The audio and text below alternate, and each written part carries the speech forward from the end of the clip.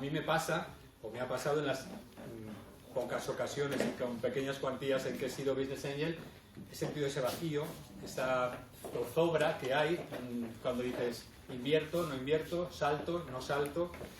Esto es absolutamente normal porque la inversión en startups es una actividad de riesgo, es evidentemente una actividad arriesgada, con un riesgo elevado que viene por distintos frentes, por el contenido de la inversión y por la forma de la inversión. Por el contenido porque estamos invirtiendo en startups y las startups tienen un índice de fracaso muy elevado y el fracaso de una startup significa para el inversor perder íntegramente lo que ha invertido, que no es poco decir. Por la forma también hay riesgos, porque la inversión en startups es una inversión sui generis con unos mecanismos específicos, particulares para llevarla a cabo, que la distinguen de otro tipo de inversiones financieras o especulativas mucho más sencillas. Entonces, los riesgos existen por todos lados. Esto es así. Esto no significa que invertir en startups sea una actividad, una locura, ni muchísimo menos. Lo que hay que hacer es gestionar bien esos riesgos. Sobre esto de la locura de invertir en startups, me gustaría traeros a colación esta frase. Es una frase de Nietzsche. Estaréis diciendo, nos trae una frase de Nietzsche. Es que citar a un filósofo alemán queda bien, eleva el tono cultural de la presentación. La encontré por internet, probablemente no la dijo él, esto es lo que pasa con internet, vete tú a saber, pero encaja, a mi juicio, muy bien como respuesta para aquellos que se cuestionan eso de invertir en startups. ¿Estás loco de invertir en startups? Pues para mí esta frase es una respuesta muy buena. Nos llaman locos a los que bailamos porque no escuchan la música, pero la música, a mi juicio, está sonando de una manera evidente y cada vez más alta. La música suena, si no sonara, no veríamos a las entidades financieras abrir divisiones de capital riesgo. Caixa Capital Riesgo acaba de entrar o de participar en el exit de la Nevera Roja, 80 millones de euros de precio de adquisición. Si no sonara esa música, no veríamos a los family offices destinando cada vez más recursos, focalizándose en inversión en startups. No veríamos tampoco a empresarios tradicionales, con ejemplo paradigmático en esta comunidad valenciana, aportando millones para la creación de una lanzadera de startups. Es evidente que está sonando esa música.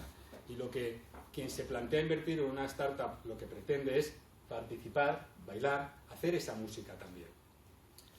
Bueno, vamos a entrar en materia porque además tenemos un tiempo no demasiado extenso, no quiero comerme el tiempo de Fernando. Si lo hago demasiado largo, si os aburro, tenéis total libertad para advertírmelo, increparme o lanzarme objetos no contundentes, sin ningún problema. Vamos a entrar en materia. Queremos invertir en una startup, vamos a situarnos en el momento en que el inversor, el business angel, ha decidido ya la startup en la que quiere invertir. En ese momento, lo primero que decidirá es cómo hace esa inversión. Puede hacerlo como persona física, de su propio patrimonio como persona física, puede hacerlo a través de una sociedad de la que sea propietario, de la que sea titular, puede hacerlo a través de un vehículo de inversión, en ese caso como socio del vehículo, que a su vez será una sociedad, un vehículo de inversión como los que organiza o articula Big Bang Angels y otras entidades. Eso en cuanto a la forma. En cuanto al mecanismo de desembolso de su inversión, puede hacerlo todo de una. Entro en una startup y he decidido invertir X y lo desembolso. Puede hacerlo de una manera escalonada, siempre condicionando sucesivas entregas en función de la consecución de hitos del equipo promotor, de la propia startup. Puede hacerlo anteponiendo un préstamo, que normalmente será participativo y siempre será convertible, un préstamo no es inversión, hasta que no se convierta en capital. Hay distintas y diversas modalidades. Desde el punto de vista jurídico o legal, la forma nos es absolutamente indiferente en tanto en cuanto cualquiera es válida. Sí que es cierto, evidentemente, que las repercusiones tributarias o fiscales a la hora de ver cómo tributan o bien las ganancias o las pérdidas serán distintas en una figura u otra. Fernando seguramente nos ampliará o nos ilustrará sobre estos aspectos. Desde el punto de vista legal, como digo, la forma nos va a ser bastante indiferente. Lo que sí está claro es que la inversión, se articule como se articule de esas modalidades que os he indicado, a lo que nos va a conducir, a lo que nos va a llevar es a convertirnos en socios de la startup. Lo que caracteriza 100% una inversión en una startup es que se hace a través de la toma de participación. Esto es en el 100% de los casos. ¿Qué ocurre? Esa toma de participación, esa condición de socio que vamos a adquirir, se caracteriza por dos notas fundamentales, y las dos notas son adversas, son negativas, son perjudiciales. Son las siguientes. La primera, vamos a convertirnos en socios minoritarios de una sociedad. Ser socios minoritarios de una sociedad va a implicar que no tengamos prácticamente ni voz ni voto. Las sociedades se rigen por disposición legal por un régimen mayoritario, democrático, en la adopción de acuerdos, en la toma de decisiones, pero una democracia que no va por cabezas o por socios, sino por participación en el capital social. Por tanto, el socio minoritario formalmente podrá tener su derecho de voto, pero virtualmente al final se convertirá en un mero espectador de las decisiones que tomarán otros, los socios mayoritarios. Esto ya es una debilidad que va indisolublemente asociada a la toma de participación minoritaria en una sociedad. Debilidad 1.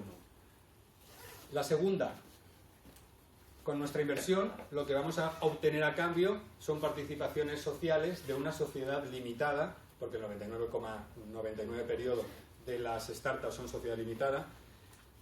Esta es una tipología de sociedad que se define legalmente como sociedad cerrada, con restricciones a la libre transmisión de las participaciones, y que evidentemente es ilíquida. Es decir, estamos invirtiendo con un objetivo, con una finalidad, que es obtener una rentabilidad, realizar esa inversión, y lo que nos vamos a encontrar es que el objeto donde hemos invertido es ilíquido. No hay mercado. Si yo compro acciones de una sociedad cotizada, va a ser muy fácil cuando quiera vender esas acciones, dar una orden de venta y realizar, en función de cuál sea la cotización del mercado. Con una participación en una sociedad limitada tengo que encontrar un comprador porque no hay mercado. Es decir, se dificulta la posibilidad de realización de la inversión. Esa es la segunda de las dos notas características que os quiero traer a colación porque están siempre ahí y son negativas. ¿Qué tenemos que hacer con esas dos notas, esas dos debilidades que llevamos en la mochila desde el momento inicial? Evidentemente neutralizarlas, combatirlas, sacarlas del escenario y conducir nuestra inversión por otro sitio. ¿Cómo lo vamos a hacer eso? Con el pacto de socios. El pacto de socios, probablemente habréis oído hablar, los que no tengáis ya alguno o algunos firmados, sabréis que es el documento que indisolublemente va asociado a la entrada de inversión, a la inversión del Business Angel en una startup. Al momento en que se invierte, se debe firmar un pacto de socios que lo que va a hacer es regular las relaciones a todos los niveles entre los socios de la sociedad, de la cual ya formamos parte, ya somos socios. Distinguiremos seguramente en ese pacto entre los socios promotores, fundadores, con la terminología que queramos darle, emprendedores, y los inversores. Y en ese documento vamos a regular esas relaciones, primero, para combatir esas debilidades que hemos apuntado, la de que tenemos una participación minoritaria y la de que nuestra inversión es ilíquida, y segundo, para potenciar la rentabilidad de nuestra inversión o garantizar una rentabilidad mínima. Para todo eso, desde el punto de vista del inversor, debe servir el pacto de socios. Un pacto de socios que va a tener un valor enorme, va a ir más allá incluso de los estatutos sociales que tiene toda sociedad limitada, y en caso de conflicto va a sobreponerse incluso a los estatutos. Sobre el pacto de socios, yo creo que con que nos quedemos con la idea de que es el documento de firma necesaria, ya sea en documento privado o elevado a escritura pública, preferible escritura, pero se puede hacer perfectamente en documento privado, y forzosamente tenemos que firmar un pacto de socios que nos ayude a combatir esas debilidades que hemos apuntado. El pacto de socios, como todo documento legal o jurídico, lo que es una relación de cláusulas que punto por punto nos permitirán ir abordando las cuestiones o los temas que queremos traer para regular o modificar aquello que legalmente nos dice la ley y que nosotros queremos llevarlo por otro camino absolutamente lícito, pero yendo más allá. Hay muy diversas clasificaciones jurídicas y legales sobre cuál es el clausulado de un pacto de socios. Yo tengo mi clasificación personal con la que pretendo simplemente darle coherencia a un documento complejo, agrupando las distintas cláusulas que integran un pacto de socios en función de cuál es su finalidad. Tres tipos de cláusulas y un cajón desastre. Las cláusulas de control, que son las que nos van a permitir combatir la primera debilidad, esa participación minoritaria en la sociedad, dándonos una voz y un voto que no tenemos inicialmente. Las cláusulas pro rentabilidad, que lo que van a perseguir es potenciar esa rentabilidad esperada de nuestra inversión y, por otro lado, intentar fijar un suelo de rentabilidad mínima a través de los pactos. Las cláusulas pro exit, que lo que van a combatir es esa iliquidez que tiene nuestra inversión, buscando esas ventanitas que nos pueden facilitar exit o bien totales o bien parciales. Y luego, este cajón desastre que digo, con otras cláusulas que deben estar en el pacto de socios, pero que ya no tienen ese contenido económico, como es el de las de pro-rentabilidad o pro-exit, u organizativo, como es el de las cláusulas de control. Vamos a echar un vistazo a esas cláusulas, no os asustéis, voy a intentar hacerlo sin profundizaciones técnicas. Lo único que quiero es que nos quedemos un poco con alguna imagen, alguna idea importante para el inversor sobre qué cláusulas son más importantes que otras y en esas cláusulas qué aspectos me interesa cuidar más que otros. Intentaremos hacerlo ligero dentro de lo que nos permite la temática jurídica. Empezamos por las cláusulas de control. Y vamos rápidamente a ellas. La primera es el refuerzo de mayorías, relacionado con lo que hablábamos de la voz y voto en las decisiones. Decimos que efectivamente las sociedades están reguladas de tal manera por ley que las decisiones se toman mediante mayorías de participación en el capital social. La ley de sociedades fija distintas mayorías, el 30, el 50 o el 66% del capital social, según qué tipo de decisiones se tengan que acordar. Entonces, si yo entro en una startup, hago una inversión por el juego del aumento de capital, pre-money, post-money, etcétera, invierto 15, 20.000 euros y tengo un 4% de participación, un 5%, prácticamente no pinto nada. Hemos dicho que los quórum necesarios para la adopción de decisiones eran 30, 50, 66. Con un 5, el otro lado, el equipo promotor va a poder, los emprendedores, los fundadores van a poder tomar las decisiones que sean y voy a ser un mero espectador. ¿Cómo combatimos esto? Pues reforzando las mayorías, incrementándolas. El mecanismo es muy sencillo. Hacemos un ejemplo muy simple para entenderlo. 80% emprendedor, 20% yo inversor. La forma de que tenga que contar con mi participación en la toma de decisiones es elevando el quórum necesario al 81% para adoptar determinadas decisiones. Su 80 más mi voto a favor que complete ese 81 necesario. En eso consiste el refuerzo de mayorías. Es importante, es conveniente y tiene que estar en el pacto de socios. La labor aquí quizás es delimitar el repertorio de decisiones que queremos que estén afectadas por ese refuerzo de mayorías, porque no lo podemos hacer tampoco indiscriminadamente para todo. Y tenemos que tener en cuenta como inversores que este juego de refuerzo de mayorías va a ser distinto en función de cuál sea el número de inversores que haya ya o que entre en la startup. Si decimos que 80% tiene el emprendedor y yo tengo el 20%, está claro, pero si ese 20% son 4 inversores con el 5% cada uno, si elevamos la mayoría necesaria para la adopción de determinados acuerdos al 85%, con que haya uno de esos inversores de acuerdo con el equipo promotor, se adoptará la decisión. Si la elevamos al 90%, será necesario que voten a favor 2 de los 4 inversores. Con esto hay que jugar. Al final es pues coger la cap table, que decimos, la estructura de capital de la sociedad y dibujar distintos escenarios y tomar decisiones al respecto para afinar con el refuerzo de mayorías. Vetos. Los vetos son parecidos al refuerzo de mayorías, son como la versión potenciada o supervitaminada del refuerzo de mayorías. Con los vetos ya no estamos hablando de se necesita tal mayoría en la que probablemente tendré que participar yo o tendrán que participar 2 de los 4 inversores, sino que hay decisiones para las cuales decimos si yo no estoy de acuerdo, esa decisión no se puede adoptar. Es mucho más potente, obviamente. Claro, esto implica que con los vetos tampoco podemos hacer, el uso tiene que ser aún más limitado y tiene que referirse a decisiones que sean críticas para nosotros como inversor.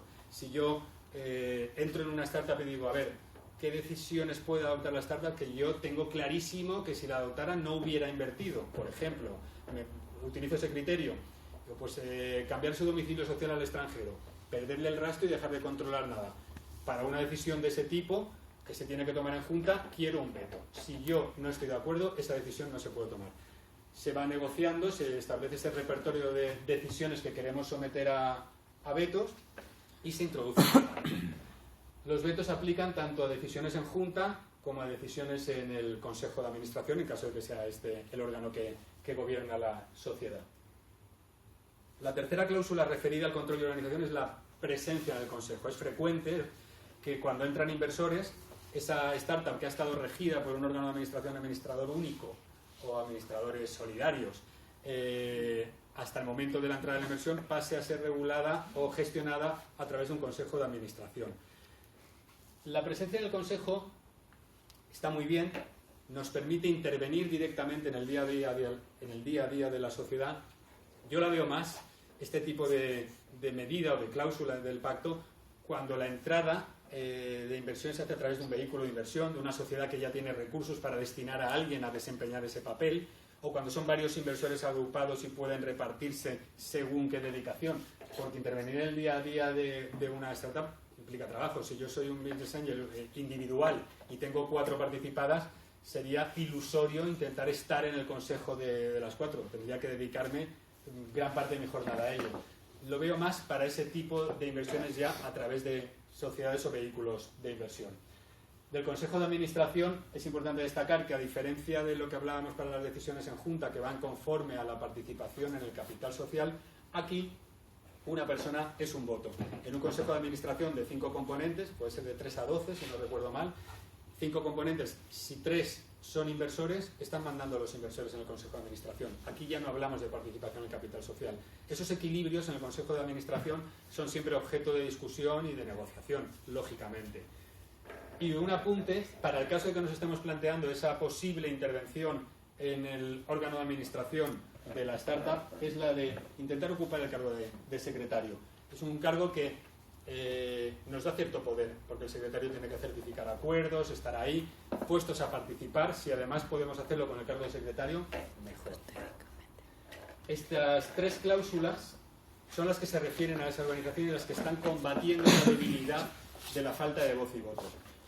Vamos a ir a las cláusulas pro rentabilidad, las que buscan aumentar la rentabilidad de nuestra inversión o garantizarla en la medida de lo posible. Tenemos dividendo preferente, liquidación preferente y antidilución. El dividendo preferente, el concepto es sencillo. Sabemos que una sociedad, al cabo del ejercicio, si ha tenido beneficios, puede acordar el reparto de dividendos, de tal forma que pues, repartimos el dinero entre los socios. El dividendo preferente es un pacto mediante el cual lo que el inversor hace es decir, vamos a ver si hay beneficios, primero yo. Se me reparten a mí en la medida que acordemos y luego ya si queda se reparte entre el resto. Suena bien desde la perspectiva del inversor, evidentemente. Sin embargo, yo la veo una cláusula perfectamente renunciable en una negociación. Perfectamente. ¿Por qué? Porque, ¿habéis visto la imagen que os he utilizado? Esto es lo que hace una startup. Quemar el dinero, quemar la caja, pero en el mejor sentido. Esto es bueno. Una startup, cada euro que entra, lo va a destinar al desarrollo del producto, a ampliar el equipo, a campaña de marketing, a lo que sea, pero por naturaleza es consustancial a la actividad de una startup y esto es normal. ¿Cuál es la consecuencia de esto? Pues que las startups no reparten dividendos. Yo no he conocido ninguna. Intentar luchar por la inclusión en un pacto de socios del dividendo preferente, casi me parece una pérdida de tiempo. Relativicemos también estas cosas que digo que parece que pontifico, ¿no? Pero normalmente no destinaría energías a defender la inclusión de esa cláusula. Liquidación preferente. Esta ya es otra cosa. Y esta sí que creo que es conveniente, sin duda, que esté.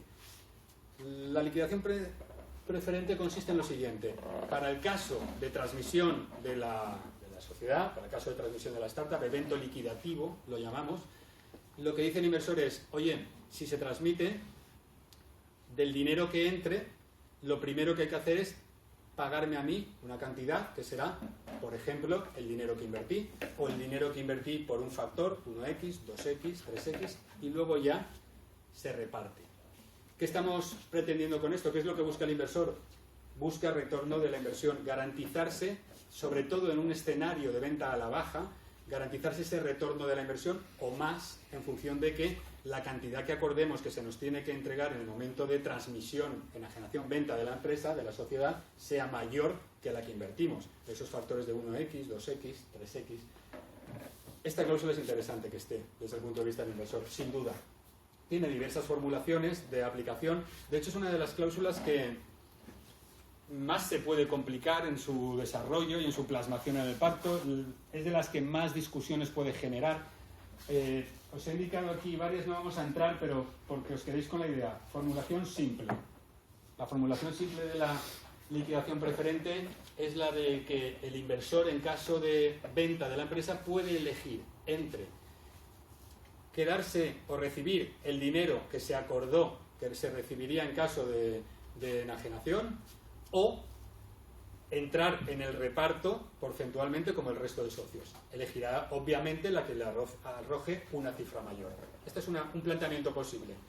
El siguiente es el double dip, que es no tengo que elegir, voy con las dos. Es decir, en caso de que se produzca ese evento liquidativo, esa transmisión de la empresa, lo primero que va a pasar es que me van a entregar la cantidad acordada, que puede ser lo que invertí, o esto multiplicado por un múltiplo, y además para el resto, para lo que quede, se repartirá entre los socios conforme a su participación y yo entraré de nuevo en ese reparto. Es una formulación dura para el emprendedor. Esto es tirar de Excel, ver posibles escenarios, y os aseguro que hay escenarios donde el emprendedor se puede quedar con cara de casi para qué he vendido, cuidado.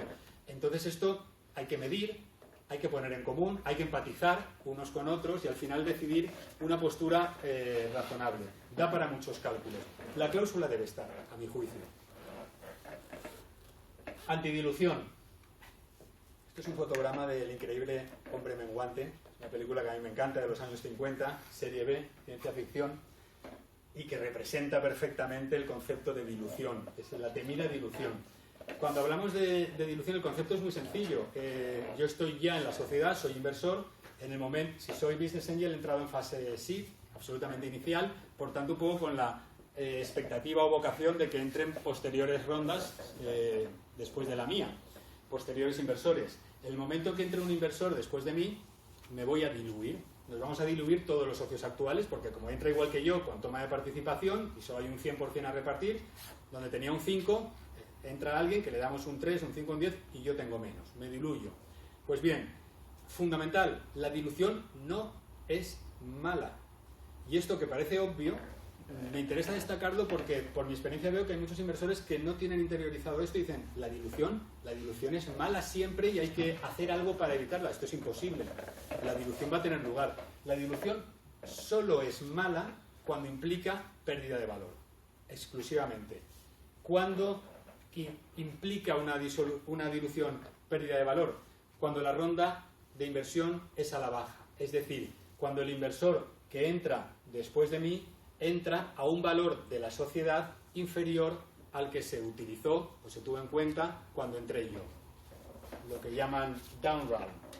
En esos casos, si el inversor que entra después de mí entra a un pre-money inferior al post-money que se utilizó en la ronda donde yo entré, mi participación ha perdido valor. Ahí me he diluido y esa es la dilución contra la que tengo que luchar, a través de la cláusula antidilución.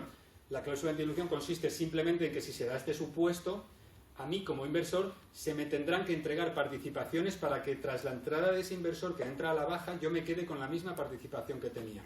De tal forma que la dilución o la entrada del inversor no signifique pérdida de valor o lo signifique en la menor medida posible. Esto recae directamente sobre las espaldas del equipo promotor, del emprendedor, porque todo aquello que esa cláusula me permita a mí no diluirme va a ser más dilución todavía para el emprendedor. Por tanto, encuentras pues reacciones resistentes a la inclusión de la cláusula. Debo decir que cada vez menos. Yo creo que los emprendedores están empezando a entender las razones que llevan a que los inversores incluyan o incluyamos este tipo de cláusulas. Yo os doy dos argumentos que para mí son fundamentales. Cuando un emprendedor te dice, a ver, no me metas una antidilución que para mí es criminal y prever una ronda a la baja nunca se sabe. No. Si ponemos una antidilución es porque si hay una ronda baja solo puede ser por dos razones, o porque la valoración que me has dado para que yo entre era errónea, por tanto, si tú me das la valoración tendrás que pechar con ello. Otra cosa es que yo imponga una valoración como inversor, ahí ya pierdo un poco ese argumento. El segundo argumento sería, si no es porque la valoración era errónea, es que el proyecto no ha evolucionado por donde tú me dijiste. En ese business plan flamante que me enseñaste, en esos hitos que me marcaste, facturación, usuarios, etcétera, no se han conseguido y, por tanto, deberás ser tú el que asuma esa consecuencia dilutiva, ¿vale? Esos son los argumentos. Antonio, disculpa, ese planteamiento es, como somos conscientes, es más una negociación, ¿no? Y una parte de cesión al emprendedor para luego intentar recuperar el terreno perdido. Me refiero, los emprendedores sabéis todos que se agarran como ladillas a su valoración. Eso es una evidencia. ¿Sabes? Su valoración es como que algo en lo que es inamovible.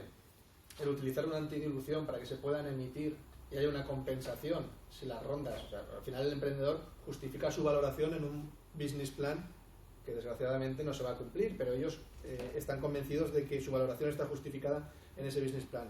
Se le puede dar por válida una valoración un poquito más alta con objeto de que sucesivas rondas pueda haber una compensación si las rondas sucesivas no es por lo menos del importe que pusimos nosotros, ¿no? La valoración post-money. Lo digo porque ese es un caso en el que nosotros nos ha ocurrido, y si los emprendedores están cegados con la valoración, pues quizá el planteamiento es decirle, sí, caballero, pero que usted tenga en consideración que en segundas rondas sucesivas esto es lo que ocurrirá. Otra cosa es la fórmula, que os iba a preguntar, la fórmula para emitir las nuevas participaciones, pero eso ya es bastante complejo y sí, es más de una cuestión técnica jurídica con su complicación siempre porque son sociedades limitadas, con todas esas posibilidades de tener autocartera, de emitir cuando queramos, de hacer aumentos de capital en que hay que recabar renuncias a derechos de adquisición. Son complicaciones ya un poco más técnicas. Quedémonos con que se puede. ¿Vale? Luego también que hay implicaciones fiscales por el hecho de que decir que el día de mañana usted me cederá nuevas participaciones en el supuesto de que una valoración. Lo digo porque al final las cosas se complican un poquito, ¿no? Sí, es cierto. Al final terminas haciendo encaje de bolillos, fiscal, mercantil, etcétera, es así.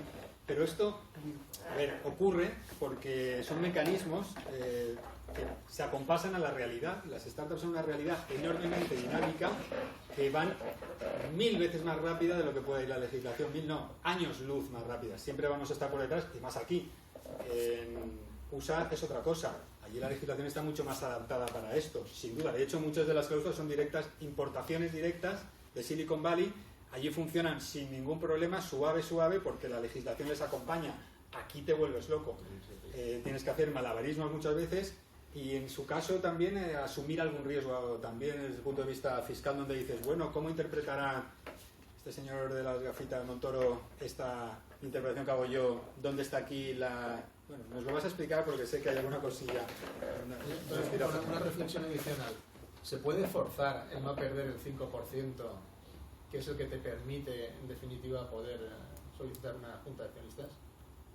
Me refiero, ¿eso se puede plasmar en un clausulado como tal? Oiga, yo voy a tomar participación y siempre estar en un escenario superior al 5%. Yo no lo veo. No lo veo porque eso a ver, si es, como dicen, pay to play, ¿no? Si pagas para jugar, sí. Es decir, sí que se puede llegar a ese acuerdo siempre que tu conservación del 5% implique ir adquiriéndolo en las sucesivas entradas al mismo precio que los que entren. Porque si no, me colocas en una situación de decir, ¿cómo le digo yo al siguiente inversor o al siguiente que este señor que estaba ahí va a aumentar su participación siempre en cualquier entrada al valor al que lo hizo, ¿no? Pagando para jugar, sí. ¿Y es recomendable el aferrarse nosotros también a ese 5% para poder...? A ver, el 5% te va a permitir forzar la convocatoria de junta cuando estimes oportuno, fundamentalmente ese derecho y el de la auditoría. Es decir, yo puedo forzar u obligar a la sociedad a que realice una auditoría.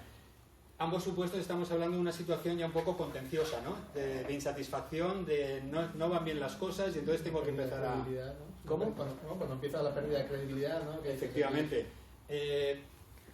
Es interesante. Yo siempre preferiré que mi cliente, al que tenga que defender sus intereses, tenga del 5 para arriba a que tenga un 4 o un 3, que prácticamente es cuando no pinta nada. Conservarlo siempre que se pueda. Para mí no es obsesión, eso también lo digo. No es obsesión. muchas veces antes de esa pérdida de credibilidad, o en esa pérdida de credibilidad, el proyecto se va a venir abajo. Es que esto también es una característica de las startups. Es tan rápido todo que si el conflicto termina por desatarse, va a morir la startup. No va a dar tiempo a resolverlo. Y esto es algo que también lo tienen que tener en mente emprendedores e inversores. Intentemos llegar a cualquier acuerdo que evite ese conflicto. Si nos situamos en el escenario de conflicto... Pero eso es verdad, no había pensado yo en ello, que el conflicto societario surgirá siempre después, mucho después, que el conflicto de negocio. O sea, que la no buena evolución de la propia startup. O sea, que cuando llega a consejo, las cosas que están... Exacto, Pedro. Vale. Antidilución. Nos quedamos, que la dilución no es mala, salvo que implique pérdida de valor. Hemos visto ya las de control y las de rentabilidad. Vamos rápidamente a las cláusulas pro-exit, esas que nos van a abrir las ventanitas para poder salir, para poder realizar esa inversión, con las cláusulas tag-along, drag-along, venta preferente o recompra. El tag-along, acompañamiento. La formulación en que consiste es muy sencillo. Cuando un socio va a vender su participación en la SL, yo, socio minoritario, le digo, oye, voy contigo. Si tú vendes, yo también. Le puedo obligar a que se vendan también mis participaciones en la misma proporción. Si él vende la mitad, pues que yo pueda vender también mi mitad. Tiene que conseguir que el comprador extienda su oferta para que también se compren mis participaciones. Es un acuerdo, un pacto que protege a los socios minoritarios y que tiene que estar, desde el punto de vista del inversor, inexcusablemente. Por eso, porque nos da una de las posibles ventanitas de salida. Os apunto ahí en la imagen asociado a techo de porcentaje. El tag-along aplica a los minoritarios. ¿A qué minoritarios? ¿De qué porcentaje para abajo? Porque la formulación es, podrán ejercer el tag-along o el derecho de acompañamiento todos aquellos socios que tengan una participación igual o inferior a X%. La pregunta es, ¿cuál es el X%? Yo os diría, de mi experiencia, que normalmente no más bajo del 5%, no más alto del 10%. Esta sería la horquilla normal. Irnos más arriba del 10%, a ver, lo he visto, de hecho lo he firmado, un 12, un 13, pero ya depende de la tipología concreta de la estructura de capital que tenga la startup con los inversores. ¿Quién quiere entrar? ¿Quién dice yo no voy a invertir si no me quedo dentro del tag-along? Y entonces en esa negociación pues se puede mover. La horquilla razonable es del 5 al 10%. Si nos pasamos por arriba, lo que puede ocurrir es que el tag-along no sea funcional, no pueda desplegar la eficacia que pretendemos. El ejemplo es muy sencillo. Si decimos, el tag-along aplicará a todos los socios que tengan una participación del 15 o menos. Pues si hay 3 socios con el 14%, el cuarto es el que quiere vender, estos le acompañan y al final prácticamente se está vendiendo la empresa entera. El comprador nunca va a extender, o normalmente no va a extender su oferta hasta cubrir tal porcentaje de capital social que cuesta dinero. Si nos pasamos no funciona. Entonces, midamos bien el porcentaje. Hay algunos mecanismos también para luchar contra esta posibilidad, porque a veces dices, no es que lo tengo que subir. Bueno, pues también podemos hacer que en la formulación del acompañamiento del tag-along no consista en que el comprador extienda su oferta, la amplíe hasta cubrir a los demás, sino que se reparta. Es decir, yo voy a vender, me acompañan y entonces lo que el comprador quiere comprar se reparte entre todos nosotros. Se estudia y se plasma así en el pacto. Para el inversor, el tag-along tiene que estar sí o sí. Drag-along, arrastre, derecho a arrastre. El reverso de la moneda. La cláusula de tag-along es para los minoritarios, esta es para la mayoría. Esta cláusula sirve, o este acuerdo sirve para que la mayoría, puesta de acuerdo en una oferta recibida de venta de la sociedad, pueda obligar a la minoría no proclive a esa venta a que tenga que vender sus participaciones. Es decir, la finalidad es que una minoría no pueda bloquear la venta de la empresa, de la sociedad. Es razonable, su existencia es lógica, pero es una cláusula para la mayoría. Nosotros como inversores no tenemos la vocación de ejercer esta cláusula, sino de que nos arrastren. Por esa razón, si está, que estará en el pacto de socios, lo que nos debe importar, la nota fundamental como inversores es fijar un precio mínimo, porque si no estamos vendidos. Vale, que me arrastren, pero con una condición, que si se ejerce el derecho de arrastre, la venta sea por un importe mínimo de X mil, X cientos mil euros. O mejor aún, que la venta sea por un importe tal que como mínimo me genere una rentabilidad de mi inversión, una TIR del 15%, del 20%, X% anual. Siempre con un precio mínimo. Venta preferente. Esta no se utiliza demasiado. A mí me gusta. La venta preferente es un poco como el tácalo, pero más. Este tipo de acuerdo se puede plantear para cuando no ha habido exit en el plazo de tiempo en el que presumiblemente debería haber existido. Bueno, ¿en qué consiste? La venta preferente consiste en transcurrido determinado tiempo, si tú quieres vender, te quitas y me pongo yo. Es decir, el que vende soy yo. No es que te acompaño en la venta.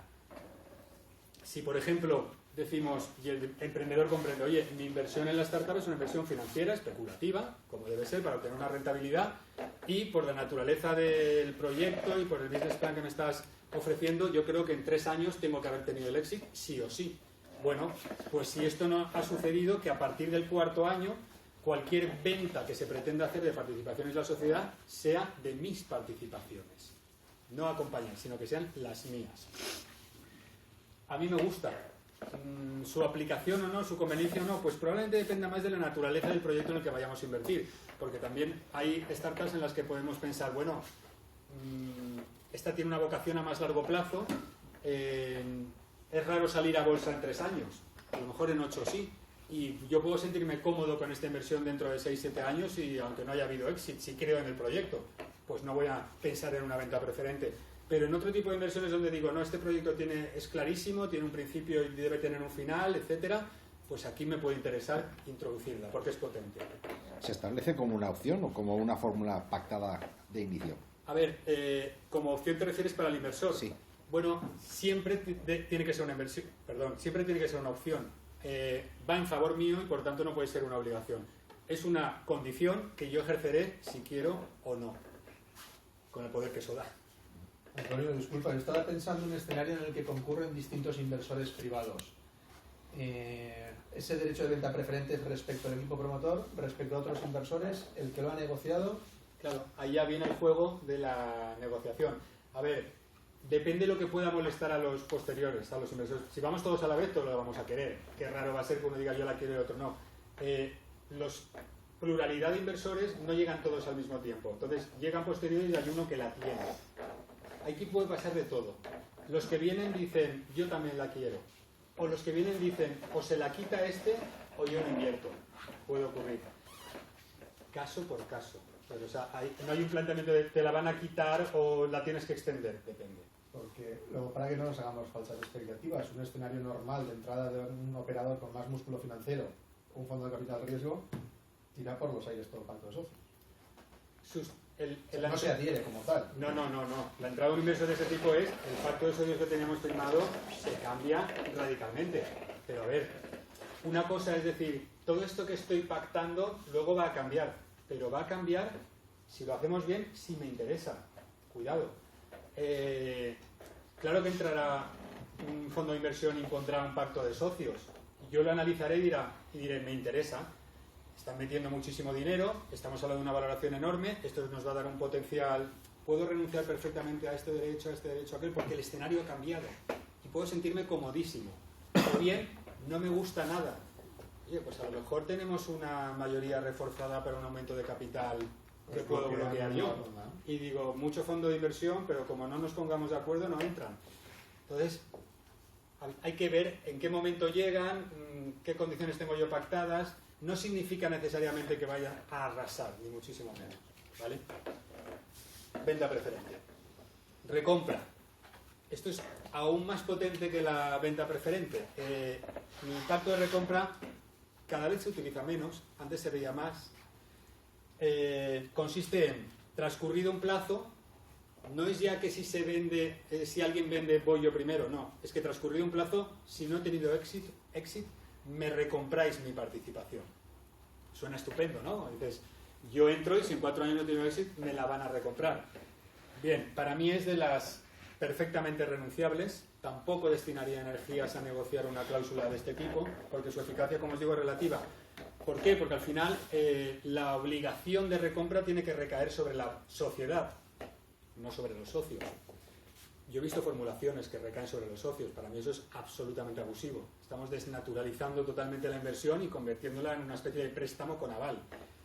Yo no consentiría esa firma al emprendedor que me pidiera consejo. Lo normal es que una recompra recaiga sobre la sociedad. ¿Qué ocurre? Que si la sociedad no tiene capacidad económica para comprarme, no va a tener ninguna virtualidad y ninguna eficacia esta cláusula. Si por el contrario tiene salud financiera suficiente como para decir, vale, pues te compro la participación, entonces estaremos hablando de una sociedad que a lo mejor están encantados de recomprarme. O a lo mejor yo mismo digo, no, es que no me quiero salir. Si pueden comprar mi participación es que la cosa no va mal.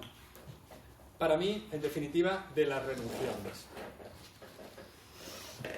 Hemos explicado ya las organizativas y las económicas, pro rentabilidad y pro exit. Un repasito muy rápido a las otras que también están en todos los pactos de socios, con alguna notita que puede ser interesante. Manifestaciones y garantías. Siempre en el pacto de socios hay una cláusula de declaraciones, de garantías, donde los emprendedores manifiestan que no tienen pleitos, que no tienen pasivos extraños por ahí, deudas, que son pacíficos propietarios de la propiedad intelectual e industrial o los desarrollos que hayan realizado, etcétera, etcétera. Esto que es una cláusula que al final es como de estilo, que está siempre y que no le das importancia, es importantísimo que esté, es importantísimo que la repasemos bien para ver que dice todo lo que tiene que decir, porque si no está, es muy posible que en caso de que nos encontremos con un pasivo oculto de cualquier clase, etcétera, etcétera, no lo podamos reclamar. Si nos están diciendo y manifestando, oiga, esto está en orden, podré entrar con más tranquilidad. Yo aporto dinero para atender obligaciones futuras, no para atender el pasado de la sociedad. Si hay una due diligence, pues probablemente se sustituirá la mera manifestación de garantías por la propia due diligence, que podrá entrar en aspectos legales, financieros, técnicos, pero la due diligence tiene un coste y a veces pues no tenemos como pues hagamos una buena cláusula de manifestaciones y garantías. Permanencia y remuneración. Importantísimo que el equipo promotor, aquel en el que confías como para invertir tu dinero, se comprometa a permanecer en el proyecto y en la sociedad. Tiene que estar sí o sí en el pacto de socios. Si estamos obligando o haciendo asumir el compromiso al equipo promotor de permanecer prestando servicios en exclusiva en la sociedad, tendremos que hablar de remuneración. Tampoco parece justo decirle a alguien tienes que estar 3 años de dedicación exclusiva y no vas a cobrar. Habrá que hablar de remuneración y negro sobre blanco, fijar en el pacto de socios pues que ya puede haber o qué punto de partida, etcétera. Respecto a la permanencia del equipo promotor, bueno, del equipo, o a lo mejor es el CEO o el CTO, donde descanse el líder, en esa permanencia que vamos a exigir, el mecanismo, a mi juicio, mejor para disuadir de su incumplimiento es el vesting inverso que llamamos, la devolución de participaciones. Si te vas, me vas a entregar participaciones. Si te comprometes a estar 4 años y te vas en el año 1, me vas a tener que entregar el 80% de tus participaciones. Te vas en el año 2, el 60% y así hasta llegar a la final del compromiso de permanencia. Tiene que estar sí o sí. No competencia, obviamente ha de estar. Esto ocurre. Hablamos de talentos inquietos, esto es así, de gente muy despierta, con ganas de hacer cosas y que tiene un desarrollo informático que está utilizando en su startup y dice, hombre, pues a lo mejor colaborando con estos otros podríamos rentabilizar también por este lado. No, centrados y no competencia, obviamente. Lo tienen que firmar todo el equipo. Y por último, penalizaciones, la parte más fea, pero de las más importantes.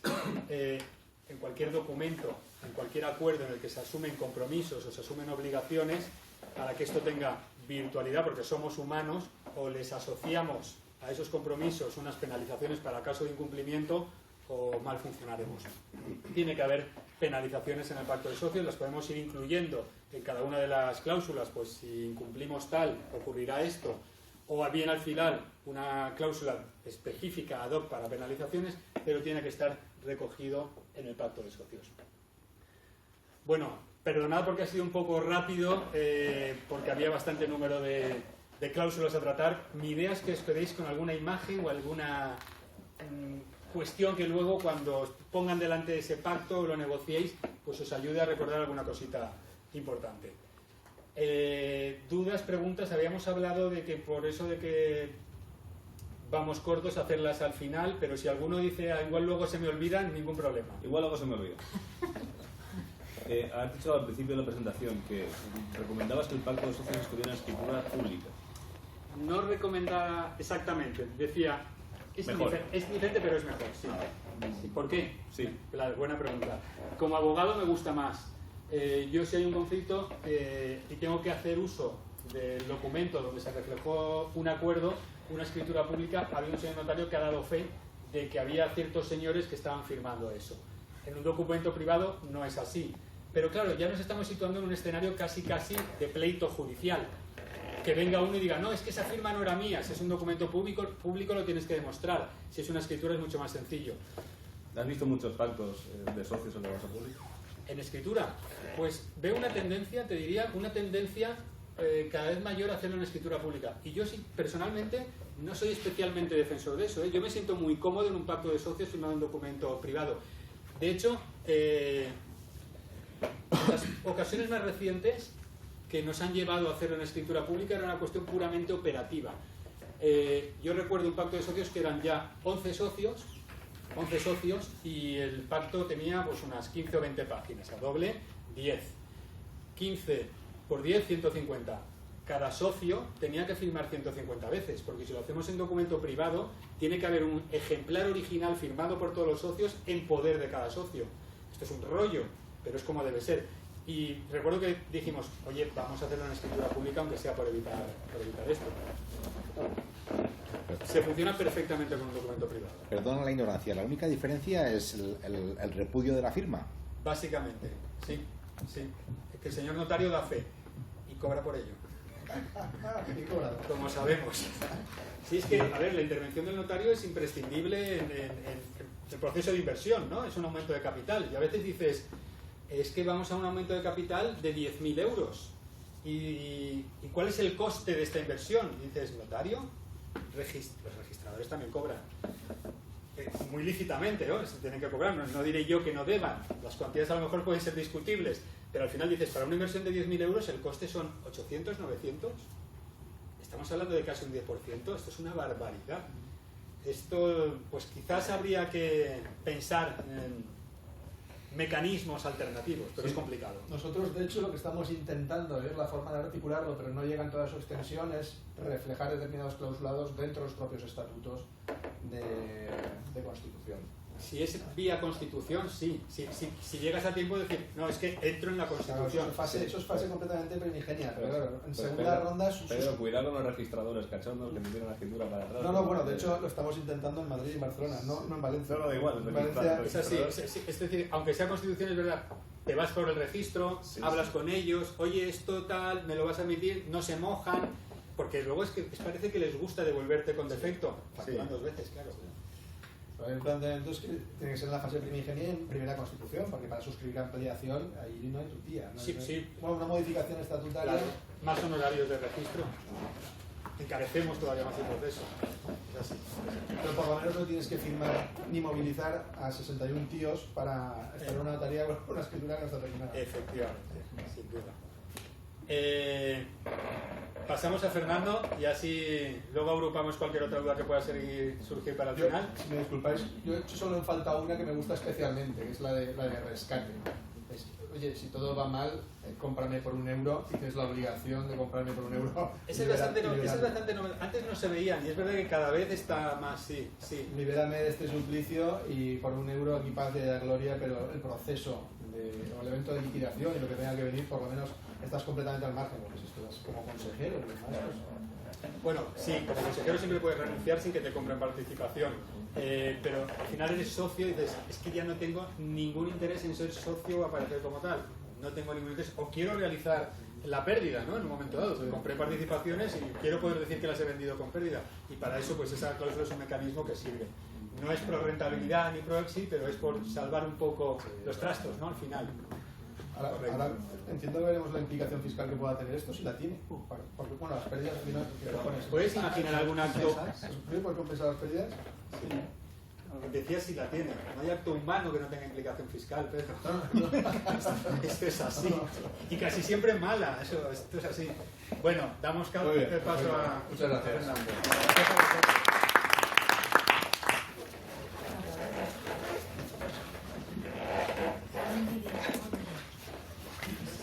Voy a poner 16 conectados. ¿Y se ve bien y se escucha bien?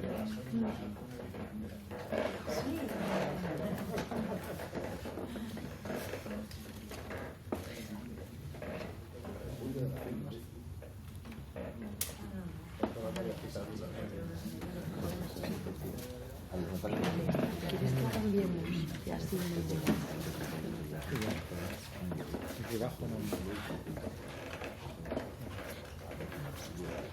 Buenas tardes, muchas gracias por la presencia y saludos desde la distancia. Después de esta ponencia tan interesante, yo tomando notas, no he parado. Digo, ¿qué ahora qué digo yo? Bueno, vamos a hablar un poquito de tributación, un tema espeso, como bien decía en broma o en serio, Antonio, ¿qué cosa no tiene implicación tributaria? Yo creo que casi cualquier acto, hasta que a alguna mente brillante se le ocurra grabar, respirar, entonces también tenemos que parar, o pensar incluso, ¿no? Vamos a hablar de esto y vamos a hablar un poquito de riesgo, de algún modelo de gestión del riesgo. Es un poquito las dos cuestiones, porque lo hablábamos anteriormente y se nos presenta una disyuntiva. Bien, ahora ya soy Business Angel, ¿y ahora qué? Es decir, ya tengo 3, 4 participadas, ¿cómo gestionamos esto? Es un territorio interesante. Un poco es esto lo que vamos a hablar. Tenéis el mismo correo electrónico, me podéis hacer llegar consultas que en un momento dado os vengan a la mente y estaré encantado de poder responder en la medida de lo posible. Tenéis en Twitter y también tenéis la página web para echar un vistazo. Arrancamos, ¿os parece? ¿Qué hace de tomar decisiones? Al final es un poco lo que vamos a hablar. ¿Cómo tomamos la decisión de invertir o de desinvertir? De elegir un vehículo de inversión o elegir una posición o un posicionamiento ante la startup como persona física, como individuo. No solo por la vertiente jurídica que ahora repasamos, sino también desde una perspectiva tributaria. Entonces siempre nos vamos a encontrar con la misma disyuntiva, tomar la decisión de ir hacia un lado, que parece mucho más bonito, o uno más descansado. Tendremos que tomar la decisión en función de muchos parámetros. Al final tendremos que decidir si hacer algo o no hacerlo, o pararnos a pensar. Ello nos conduce a nuestros amigos. Yo creo que esto es un trámite que a todos nos encanta cuando llega el trimestre, acercarnos y saludar, ¿verdad? Es un tema que nos apasiona, yo creo que no tanto, ¿no? ¿Verdad? Pero al final tenemos que lidiar con ellos y tenemos que pensar en las formas de tributación que tenemos que abordar. De entrada hemos hablado de dos grandes fórmulas, aunque hemos hablado de sociedades limitadas, sociedades anónimas, sociedades limitadas laborales, anónimas laborales, en fin, todos estos instrumentos que pueden servir como vehículos de inversión colectivo, o incluso pues porque yo tengo una industria y tengo un brazo inversor, es decir, los recursos generados con otra actividad. Y también, por supuesto, como persona física. Ser persona física no me exime, quiero decir, en todo caso somos personas físicas, participamos en un vehículo de inversión o no. Todo dependerá de si retiramos los fondos o cuándo los retiramos. A partir de ahí tenemos, por tanto, dos tipologías desde la perspectiva tributaria, que es como persona física o como una sociedad. Esto mientras la ley no cambie, no sabemos si esto puede en los próximos meses modificar. Hago un repaso de este gráfico, que supongo que todos conocéis, es así conocido, pero vamos a relacionar o repasar, yo creo que no está mal. La teoría del ciclo de vida de productos de Vernon, esto es de los años 60, lanzamiento, crecimiento, madurez y declive, es decir, un producto en qué fase está, con las turbulencias que va a tener el emprendedor y, en consecuencia, la fase en la que semilla, vamos a entrar en la fase business o ya en capital, ¿no? Vamos a ver, dentro de esa perspectiva, repasamos, vamos a entrar en esta zona que es el Valle de la Muerte, al que se suele referir Pedro siempre, que es donde fallece todo lo que respira, y nosotros intentaremos valorar, esto ya es un tema aparte, valorar qué implicaciones tiene relacionándolo con lo que ahora comentaba Antonio, es decir, si tengo que salir, si tengo que utilizar alguna de estas cláusulas, ya para, por lo del euro, me ha gustado mucho, como ahora se ha puesto de moda con ciertas entidades financieras, ¿no? Me das un euro y si acaso me voy. A ver cuándo tendríamos que valorar ese riesgo para poder, ¿no? A partir de aquí vamos a revisar esas tres formas que decíamos: la persona física, la sociedad mercantil y luego la institución de inversión colectiva. Dentro de la sociedad mercantil nos caben, como sabéis, las sociedades limitadas, las responsabilidades limitadas, sociedades anónimas, con sus diferencias jurídicas no tributarias, limitadas laborales, anónimas laborales, incluso las profesionales también entrarían ahí, aunque no es mercantil, es sociedad profesional, pero con efectos tributarios se asimilaría. Dentro de la institución de inversión colectiva, conocéis, os suenan, ¿no? Sociedad de capital riesgo, fondo de capital riesgo. Sería una tipología muy similar a los fondos de inversión o sociedades de SICAPs, ¿no? La diferencia es si son cotizadas o no cotizadas. El vehículo de inversión lo pasamos por encima, pero sabéis que tiene unos condicionantes, mínimo de 100 partícipes, etc., ¿no?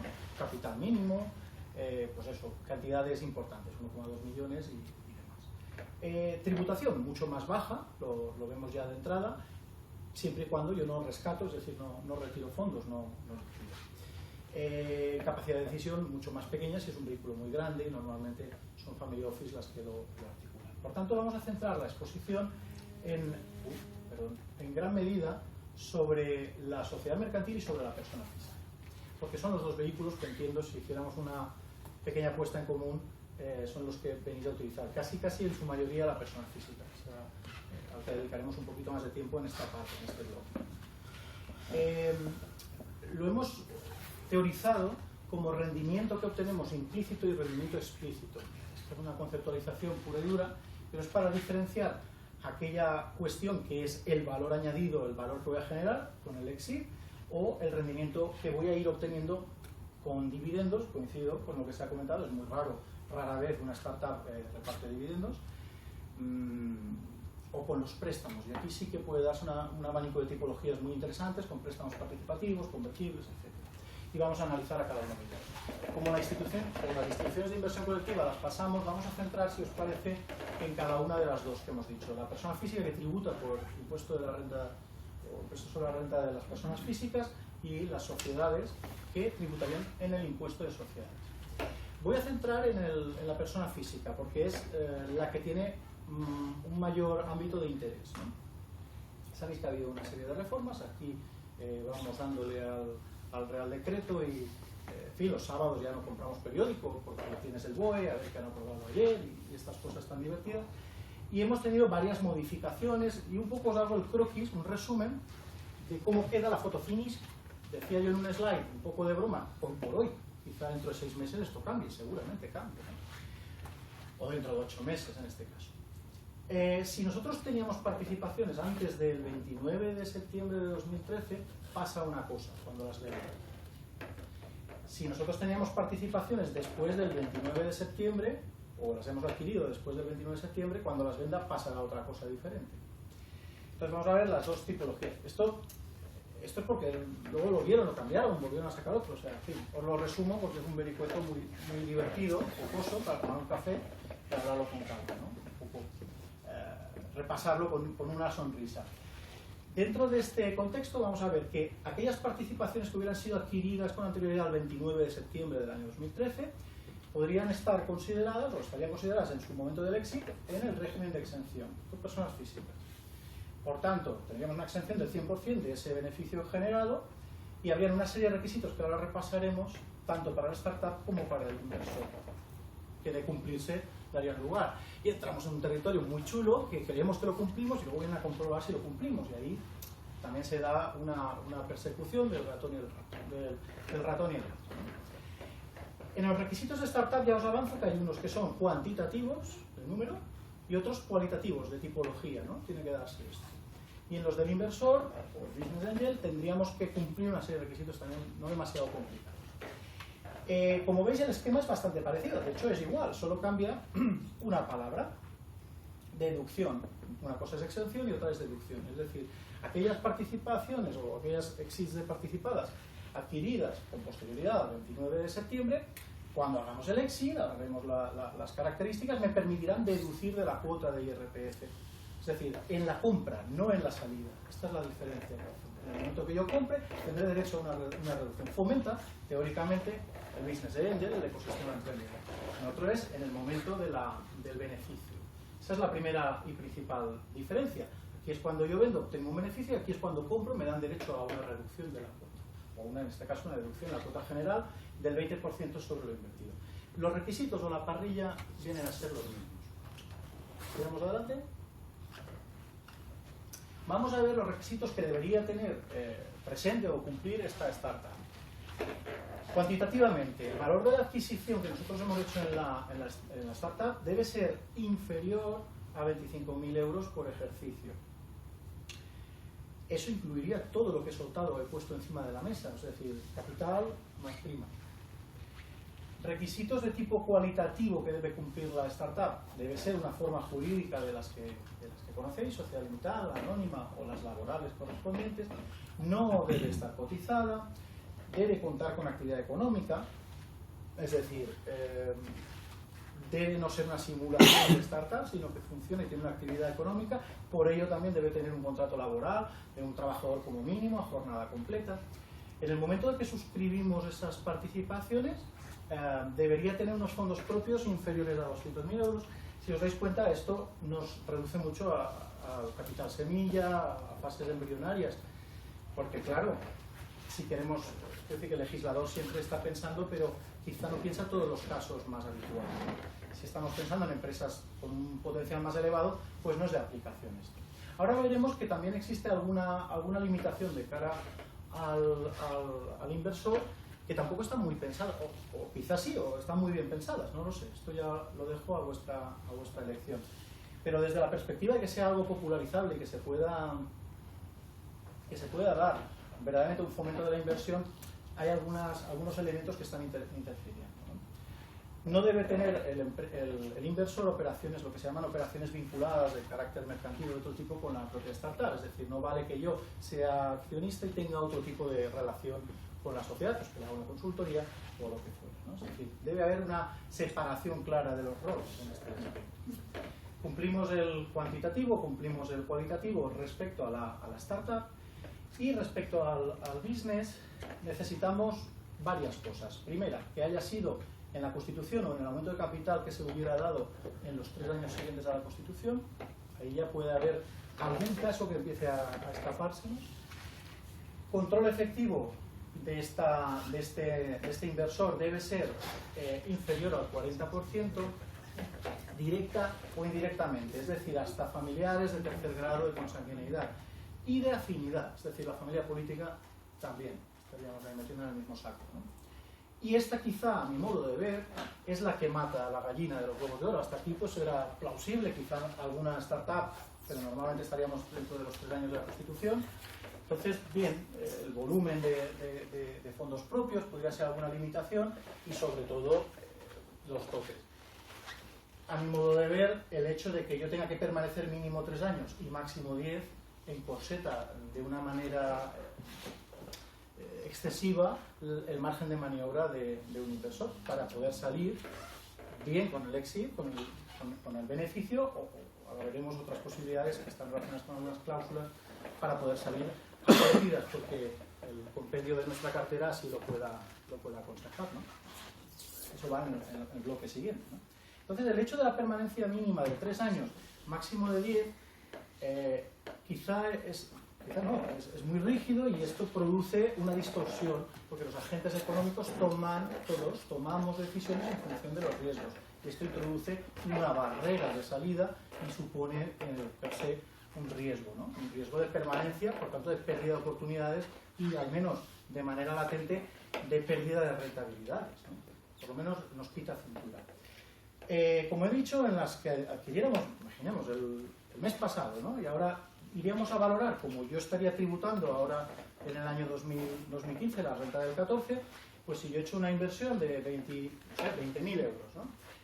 Me daría derecho a ese 20%, es decir, a 4.000 de reducción de la cuota de este año, ¿vale? Esa sería un poco la idea. Claro, alguno de vosotros estará pensando, con esta reformulación, con lo que ahora está en vigor, con las nuevas participadas, ¿yo qué soy, adivino o qué? Es decir, ¿yo cómo sé que voy a permanecer entre 3 y 10 años, porque me lo voy a aplicar hoy. Bueno, hoy, este ejercicio fiscal. ¿Cómo puedo saberlo? Bueno, pues funciona muy parecido pues, como cuenta vivienda, en fin, cualquiera de estas. Se supone que usted cumplirá con la normativa. Esto yo creo que estáis familiarizados, vuestros asesores os lo habrán comentado en más de una ocasión. Se supone que tú vas a cumplir con el requisito y caso de que no lo cumplas, debes, o te vamos de oficio a revisar y hacer la paralela correspondiente, o debes tú voluntariamente, como buen ciudadano y buen contribuyente, evidentemente hacer una rectificativa y liquidar por la diferencia. Dicho de otro modo, yo hago esta situación, compro y veo que vienen mal dadas y vendo, aunque sea con una cláusula de €1, dentro de 1 año y medio. Me apliqué unas deducciones y debo devolverlas en la próxima declaración de renta, haciendo en rigor sería en la siguiente, ¿no? No sería una paralela, salvo que ellos consideraran que debería hacerlo, ¿no? Que hicieran la revisión. Pero también introduce un escenario muy interesante que si queréis lo dejamos para las preguntas que podáis tener, pero yo abro un poco la puerta, que es el hecho de la prescripción, de la prescripción tributaria, ¿no? Los famosos 4 años. Es decir, por la parte baja está claro que yo no sé muy bien si voy a aguantar los 3 años, espero hacer un exit del copón, y si se me pone a tiro dentro de 2, pues haré mis cálculos y veré que puedo salir y me da igual la factura fiscal porque gano más. Este trade-off será positivo, pero puede darse casos negativos que ciertamente se dan y me compense vender la pérdida, se debe contar con ese coste fiscal también. Pero por la parte de arriba no es frecuente, sobre todo en estas que hemos visto en el gráfico, ¿no? En estas startups en las que en Capital Semilla entramos, pero sí que en otros inversores y quizá en sectores, comentaba antes Antonio, casos aquí en la Comunidad Valenciana muy paradigmáticos de otras industrias que invierten gran cantidad, pues eso, cerca del mar ahora, próximamente, y quizá esos sectores a largo plazo sean mucho más tradicionales y por tanto el modelo de negocio sea más tradicional y menos exponencial. Digo quizá porque es una tendencia que se está dando en el riesgo. Hay 2 tipos de capital riesgo, evidentemente, y este no es del mismo, ¿no? Entonces, quizá en algunos casos nos interesa invertir no para protagonizar un éxito fantástico, sino para, a medio plazo, en otro tipo de modelo de negocio, obtener rendimientos, es decir, dividendos. Y esto ya digo que es infrecuente, al menos en el clúster, en el tipo de inversor que estamos seguramente aquí reunidos. Pero hay que saber que también existe ese tipo de inversor que no quiere protagonizar una espectacular salida como la nevera, ¿no? Que es hoy el día de la noticia de la nevera roja, sino que está en otro formato y porque tiene otra mentalidad y busca negocios probablemente que no estén en el sector tecnológico y probablemente que tengan una estabilidad de generación de flujos de caja.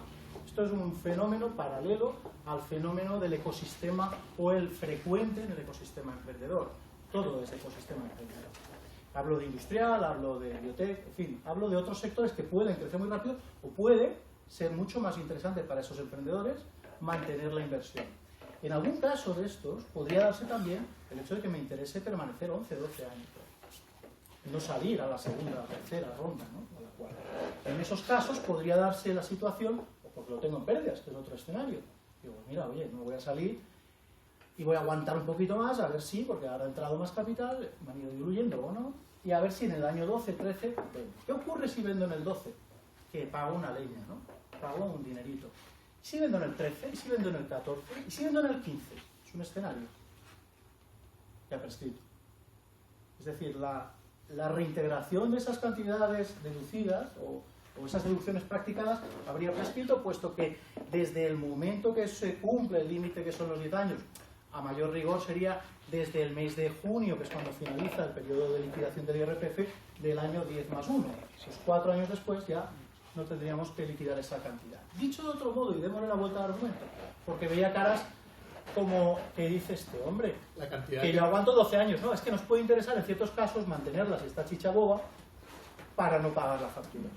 Disculpa que te interrumpa. La cantidad que te dedujiste en su día. Claro. Que aparte tienen algunas limitaciones que no estamos hablando de... No, que es una cacería, ¿eh? Todo esto es como... Es que solo el IPC prácticamente le puede... Por eso digo que, y si no practicarían ellos la paralela de oficio, pero tú voluntariamente, y es lo que tenemos siempre que decir, tienes que acudir a la ventanilla correspondiente y decir, oiga, que ahora tengo que reintegrarle pues, un plan vivienda o como cualquier deducción que hubiéramos aplicado y no hubiéramos luego para la vivienda. Esto entonces aplicaría prácticamente a la primera ronda de inversión, no a posteriores. Eso se aplica a cualquiera que cumpla el requisito de primera ronda o aumento de capital en los 3 años. En los 3 años siguientes. Claro, también digo, no está muy pensado, o está pensado, es que no lo sé.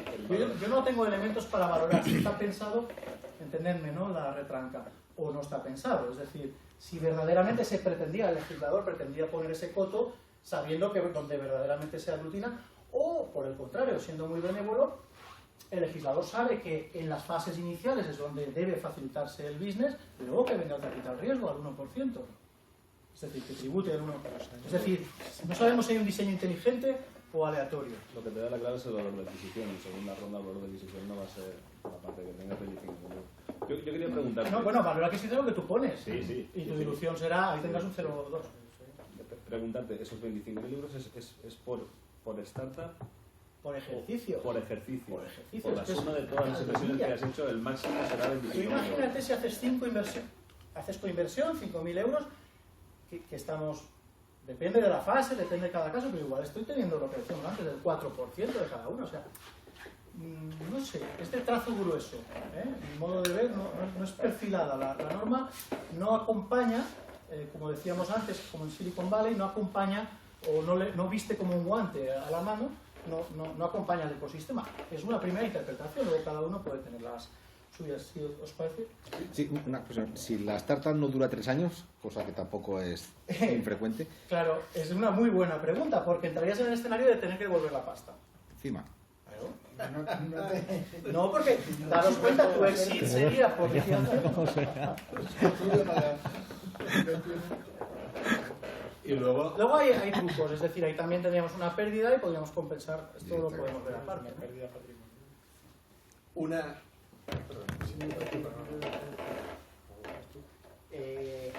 En cualquier caso, ¿esto es para inversión directa o, por ejemplo, si se hace a través de un vehículo de inversión? Ya es otra cosa, ahora lo comentamos, pero es bastante sota caballo y rey, por eso he empezado con esta parte que es más truculenta también, ¿no? No, que digo que en segundas rondas, fondos propios que no sean superiores a 200.000 euros, coño, es que al final están limitando el crecimiento de la propia participada. O sea, es que esto es... Nosotros al final decíamos, esto es un estudio para el padre que le quiere echar una mano, pero también ponían cierta limitación por el Con grado el de 40, consanguinidad y no se el 40%. Ni el cuñado, o sea, es que es política también, política también. Decíamos, bueno, es una especie de guiño para, bueno, sabemos que hay business angels, pues para que, bueno, vamos a dejarles esto allí para que, vamos, a todos los efectos no se... Yo creo, no tengo de estadísticas, estaría bien, pero yo no he encontrado estadísticas, la verdad, para valorar la penetración que tiene esta medida efectiva.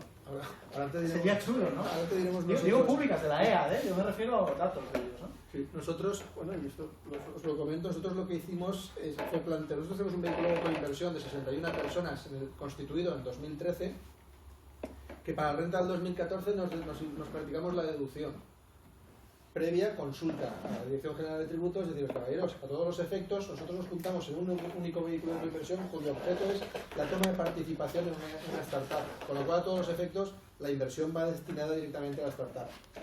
Un año después todavía no tenemos respuesta por parte de la Dirección General de Tributos. Normal. La Dirección General de Tributos pregunta, consulta vinculante, ¿hiciste, me imagino? Sí. No. Espérate. Y luego Siéntate a tomarte aparte algo porque... hay algunos de los socios de este vehículo que tienen todavía retenida la devolución de la renta del 2014. Ah, pues esto es más grave. 2013. Nos a la hora, animando. ¿David? Si no me equivoco, el beneficio fiscal se aplica solamente al capital de la inversión realizada, no al total de la inversión. Sí, al capital que has incluido, no a la prima. No al total de la inversión, sino solamente al ¿He puesto capital. prima? No incluye prima.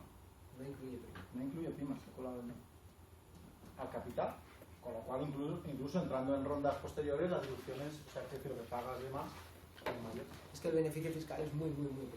Lo que a nosotros nos pasa. Es decir, quiero decir, se asimila o han querido hacerlo, pues eso a una cuenta de vivienda o a una empresa o cosas así. ¿Tiramos por delante? ¿Sí?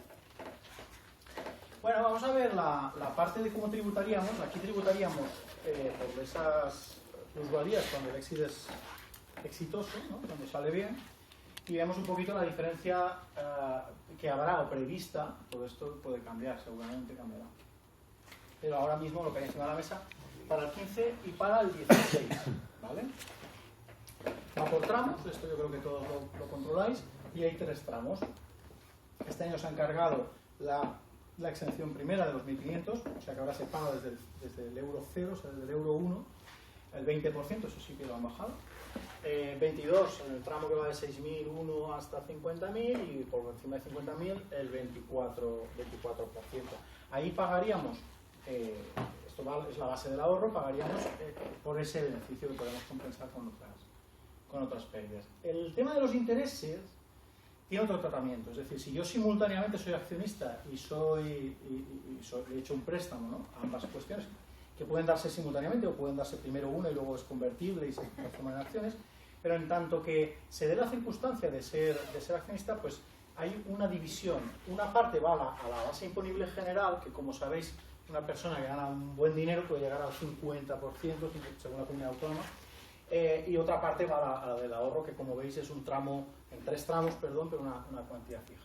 Y esto es una formulita, en fin, tampoco, pero porque sepáis que tiene en consideración, genera un coeficiente corrector que se aplica sobre la cantidad. Esto tendríamos que multiplicarlo por esto es un porcentaje de 0 a 100, corrige la cantidad total y nos da una parte que iría a tributar por la parte general, que puede llegar a ser 40, 30, 40, 50, por encima probablemente el 20, y la otra parte iría aquí. Es decir, lo que se pretende es que siendo accionista no tribute por la parte de los rendimientos, pues estamos dando el pago, ¿no? Es decir, que haya una penalización, un poco abundando lo que decía Pedro, hacia el business que prefiere conceder un crédito paralelo a la participación y hacer ambas cuestiones al tiempo, ¿no?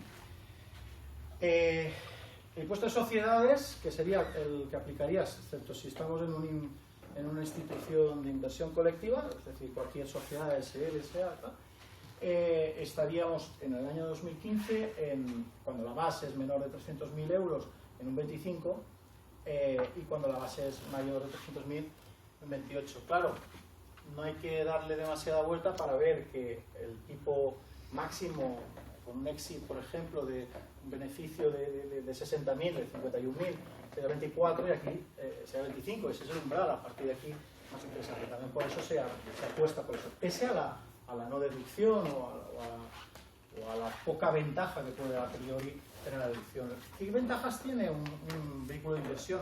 Que nos permite llegar con músculo financiero a proyectos más grandes. También se puede hacer como coinversión individual, pero la interlocución con un emprendedor no es la misma. Acudir 8 personas que acudir a un consejo de administración de un vehículo de inversión, aunque este fuera una sociedad limitada. Entonces también para los pactos, en fin, toda esta cuestión, y para las siguientes, las posteriores. ¿Más dudas? Pasamos, luego lo dejamos la parte que pueda haber para más adelante. Ahora vamos a hacer un pequeño inciso, no sé si conocéis a este señor, ¿os suena? No, así de entrada. Puede ser danés, ¿no? Finés o algo así, ¿no? Bueno, pues este señor efectivamente es natural de Finlandia.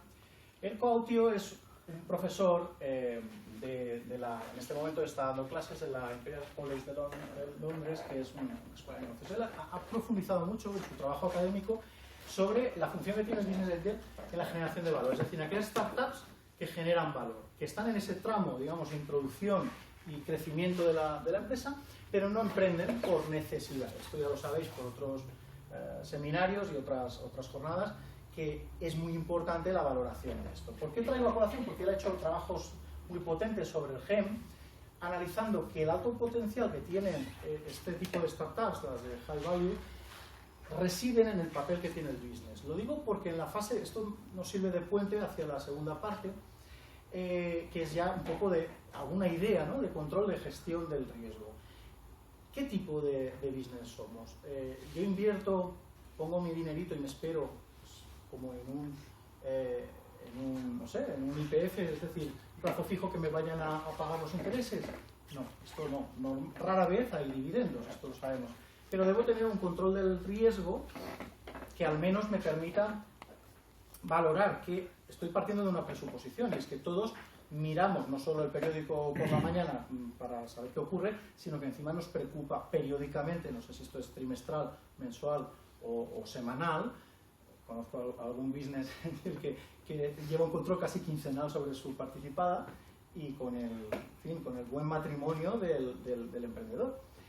Entonces, parto de la presuposición de que nos preocupamos todos de la participada y al mismo tiempo de que tenemos una cartera amplia, es decir, no tenemos una. Lo que ahora voy a decir, quizá, si solo tenemos una o dos, pues como ejercicio teórico está muy bien para cuando tengamos 7 u 8. ¿Vale? Pero esto que vamos a empezar a analizar es un modelo de gestión de riesgo cuando cuando el número de participadas es grande o empieza a ser mayor de 6, 7. ¿Vale? ¿Cabe esa posibilidad entre nosotros? Quizá en un futuro. Quizá ya exista en este momento. ¿Vale? ¿Por qué? Porque el tipo de gestión que va a hacer el business puede ser de dos tipos. Es decir, yo me dedico solo a evaluar unos hits, unos controles, unos KPI que me van a dar una situación y lo miro periódicamente, y hay otros inversores que deciden, porque han articulado en los pactos de socios, introducirse en el día a día. Conozco a alguno que no se dedica a otra cosa y tiene hasta 6 participadas y está en ellas. O sea, está en ellas, no trabaja, pero pasa todos los días por, ¿no? E incluso llega a comentar la distancia que debe haber entre una participada y él, y por tanto hay inversiones en, por ejemplo, Logroño, que jamás haría, porque le supondría un desplazamiento muy grande, ¿no? De estos hay varios, ¿no? Entonces, quizá este elemento, si nos ponemos en mente, yo hice una participación en IoT, pues es una cosa. Yo tengo varias participaciones y quiero maximizar el beneficio, o en todo caso, controlar el riesgo, que será una manera de llegar a maximizar el beneficio. Pero Warren Buffett, el multimillonario y filántropo, que la mejor manera de ganar dinero es no perderlo. Entonces, a largo plazo ganamos siempre. Entonces, una manera de controlar el riesgo nos dará una manera de ganar dinero. ¿Por qué traigo a colación a este señor? Porque lo que él plantea es muy interesante. Es decir, al final nos vamos a encontrar en una situación donde lo conocemos del día a día, nos van a vender un business plan chulísimo, fantástico, una Excel que, como dice Tomás Guillén, lo soporta todo, pero luego la realidad a lo mejor no. Al final lo que tenemos es que conocer en tiempo real, una vez ya entramos, ya hemos firmado el pacto de socios, ya estamos dentro, conocer en tiempo real si se cumple o no se cumple. Y quizá ahora lo que vamos a ver son algunas herramientas que nos van a servir para, a medio plazo, poder estar monitorizando la situación de mis participadas a tiempo real. Volvemos a ver el esquema, este archiconocido de las fases de la inversión, business, capital, riesgo, luego la banca comercial y luego a los mercados, sale a bolsa, etcétera, ¿no? Y esto cómo casa, desde este modelo, casa con las fases que decía Vernon en el año 66, lanzamiento, crecimiento, madurez y declive de los productos. ¿Dónde creéis que está Apple? ¿Aquí? ¿Aquí? ¿Aquí? Pues está en el momento que una cuarta pirueta no puede hacer, ¿eh? ¿Dónde está? No, pero ¿está en el vórtice? ¿Está en ese vórtice o dónde está? ¿Lo veis en declive? ¿Lo veis en De momento va para arriba, ¿no? Claro. Yo seguramente creo que cada uno de vosotros está situando sus participadas en algún momento de estos. Y alguno, quizá, no sé si eufórico o con mucha autoestima, ya cree que puede estar aquí, ¿no? Lo que es importante es saber que aquí es lo que queremos todos, la salida esa, el punto muerto, el break-even, salir, forrarse, los pactos de socios nos ayudarán, etc. Pero seguramente en el contexto general estamos aquí. Todo esto que voy a explicar en el fondo se utiliza en mercados financieros desde hace bastantes años, probablemente unos 35 o 40 años, aunque la teoría es de hace más de 50, para control de riesgos en mercados cotizados, es decir, a bolsa, ¿no?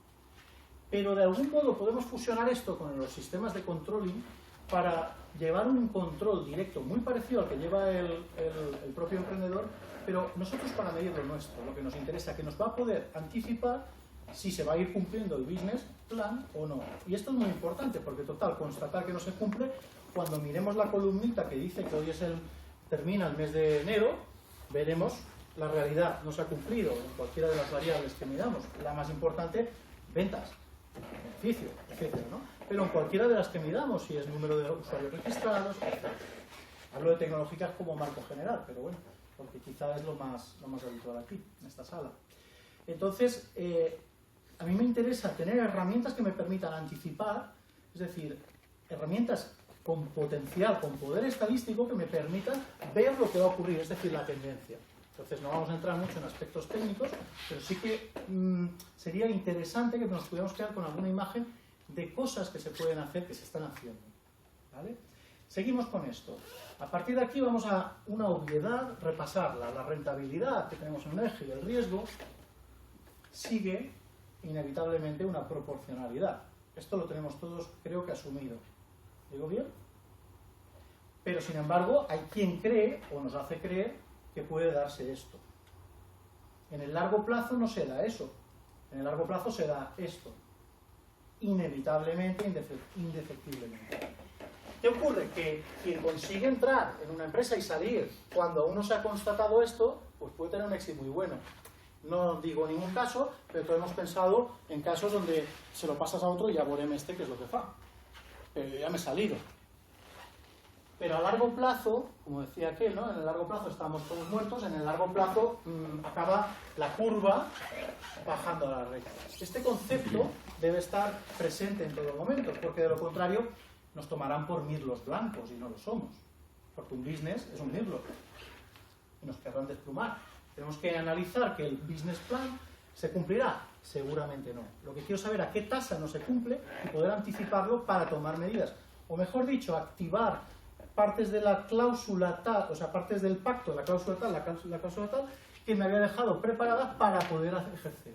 Bien cuando venga una ronda, bien cuando venga. Me da igual si hablamos del rescate que comentábamos antes, o de las cláusulas preferentes tanto de venta como de liquidación. Existen una infinidad, como muy bien repasaba antes Antonio, y alguna simbiosis entre ambos elementos, y luego veremos al cerrar el círculo que también la tributación tiene algo que decir, nos da mucho potencial, ¿no? Si seguimos este enfoque, que ya sabemos que es erróneo, puede que en algunas ocasiones nos salga bien y en algunas ocasiones nos salga mal. Hay algunos teóricos muy interesantes que hacen consultoría que hablan de que esto es una distribución de probabilidad. Pues sí, todo en la vida es una distribución de probabilidad, todo se aproxima a lo normal, o casi todo a una distribución normal. Sí, es cierto.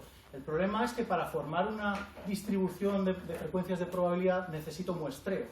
Y yo aquí no tengo jamás muestreo idéntico, porque siempre es nuevo. Entonces es muy complicado que nos digan que la probabilidad nos va a permitir saber en qué momento salir. Por tanto, no entraremos a valorar las formas de salir, pero es un riesgo muy importante, nos conducirá a un error.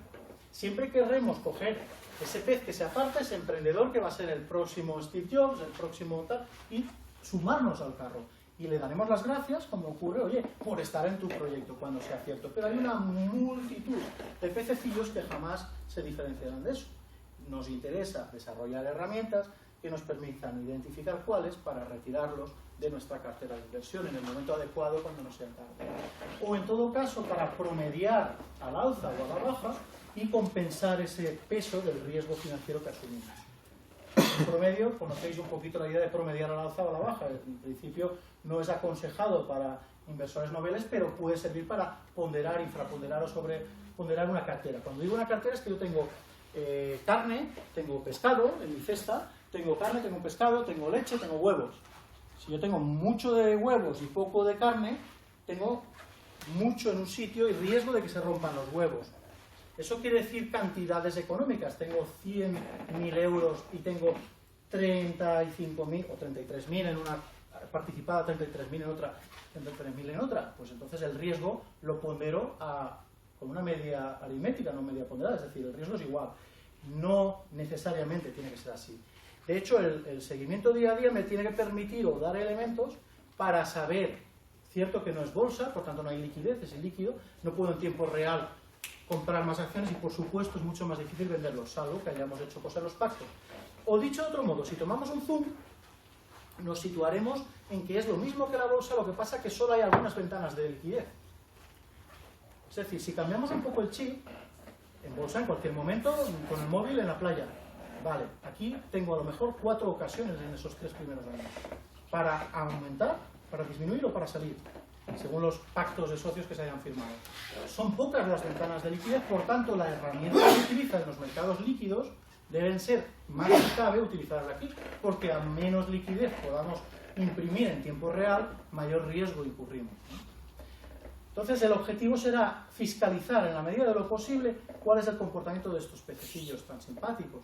Si este pececillo me ha dicho que va a crecer a una tasa cuantificada X y en cada una de las variables, KPIs que nos van, variables clave, nos van a determinar si sí lo hace o no lo hace, ver cuándo se desvía, anticipar estadísticamente ese comportamiento y poder, en la próxima ventana de liquidez, tomar una decisión que me ayude a mitigar el impacto que tiene sobre la cartera total.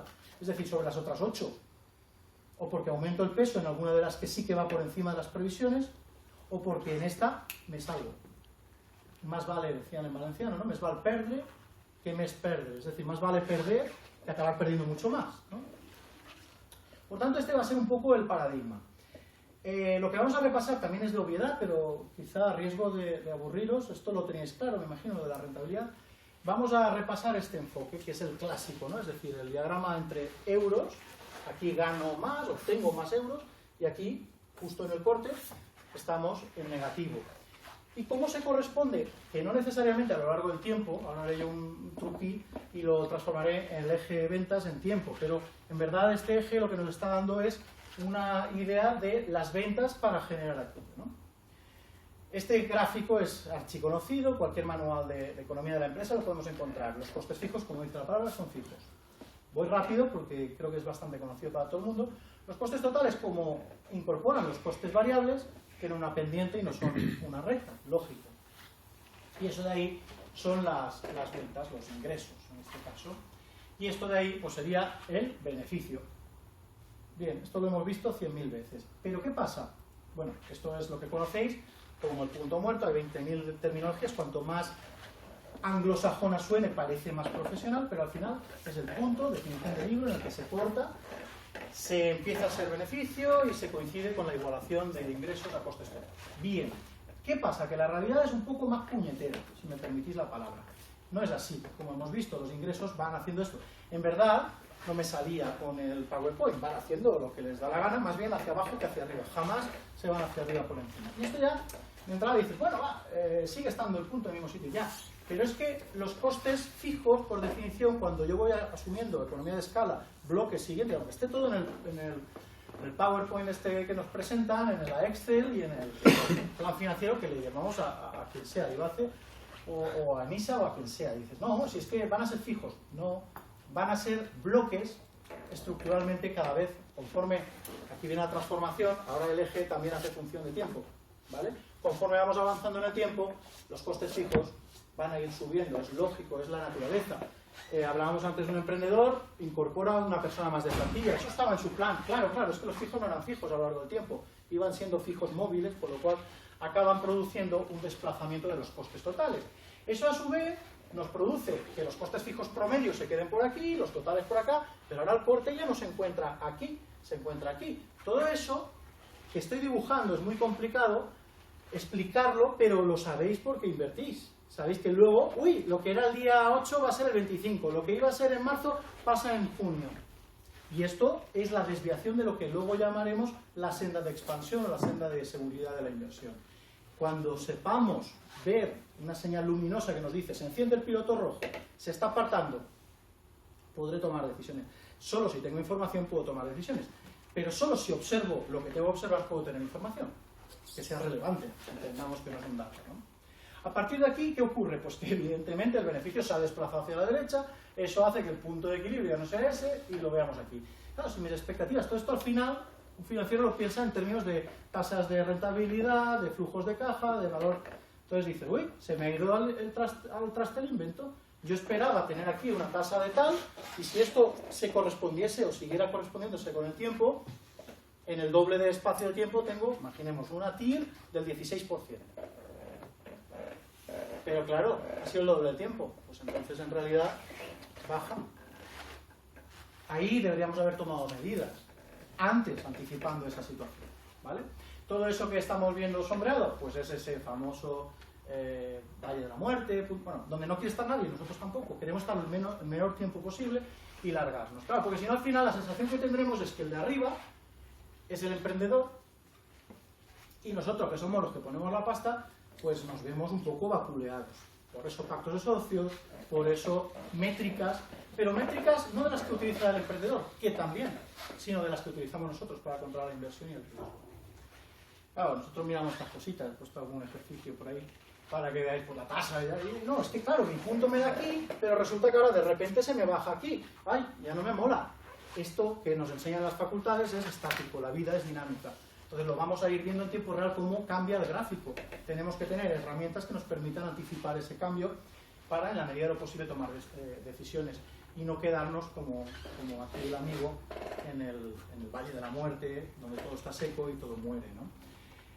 Estos tres señores, ¿les suena a alguien? Tres señores.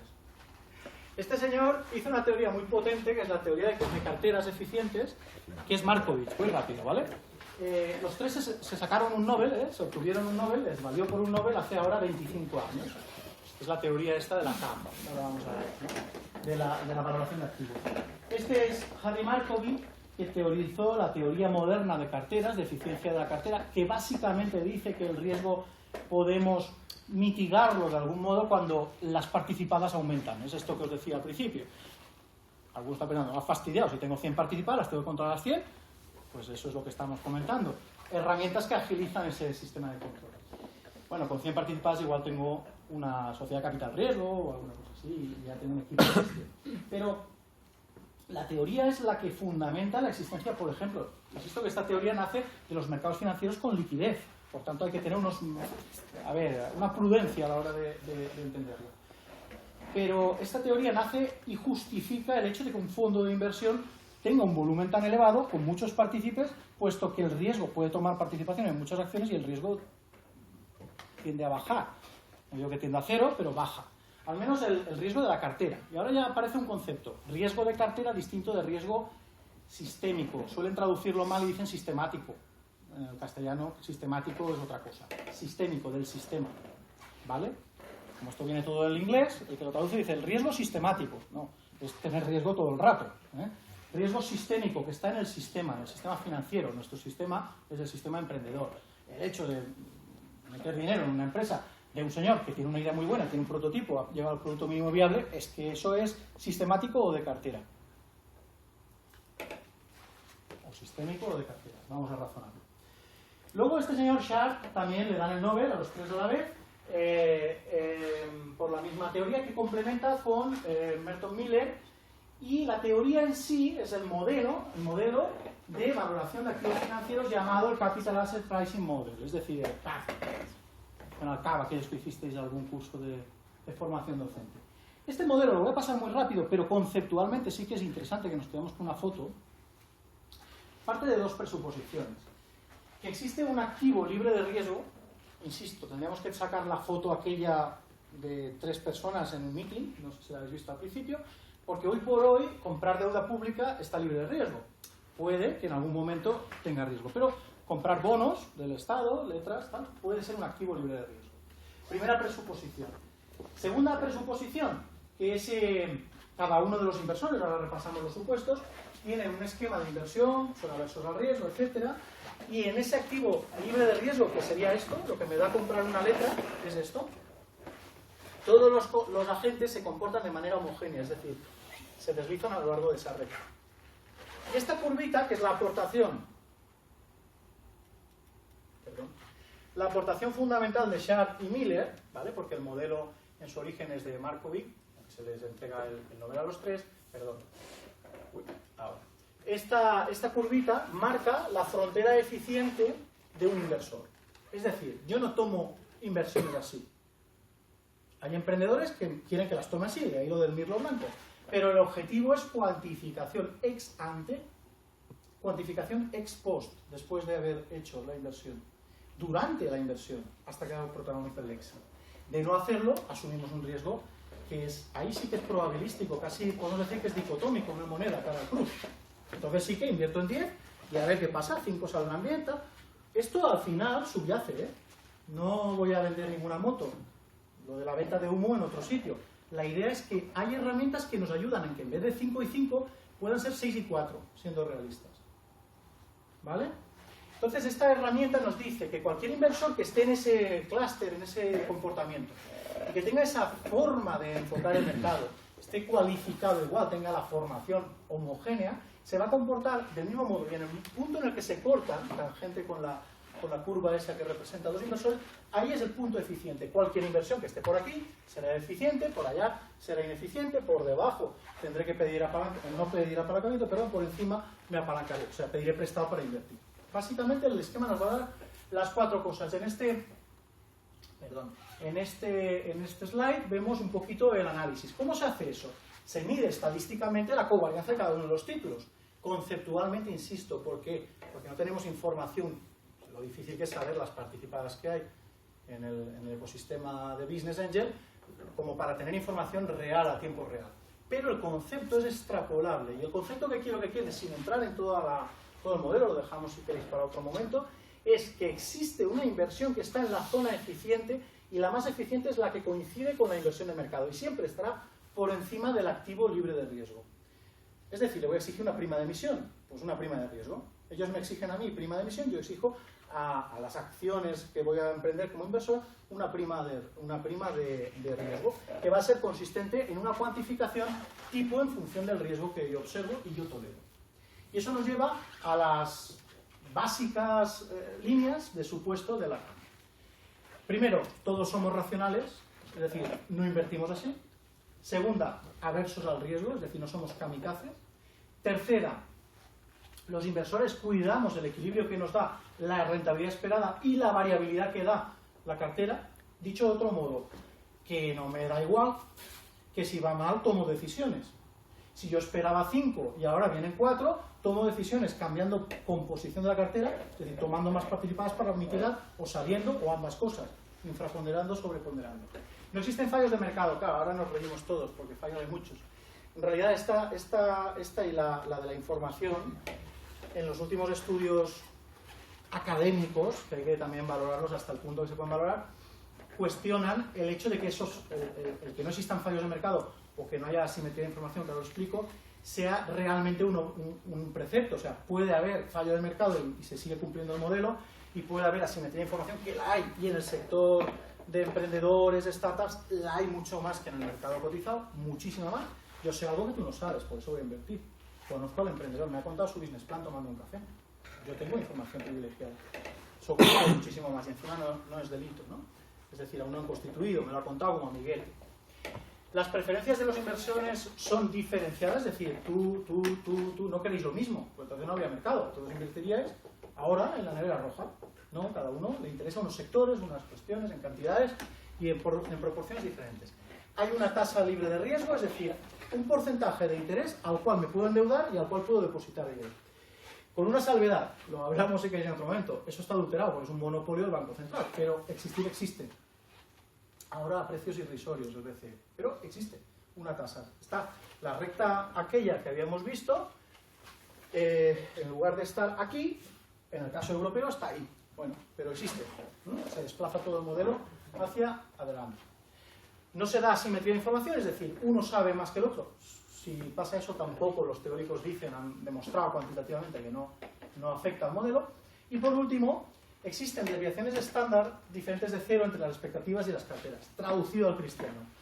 Cada uno de vosotros se comporta diferente cuando la cosa se tuerce. Eso es lo que quiere decir eso.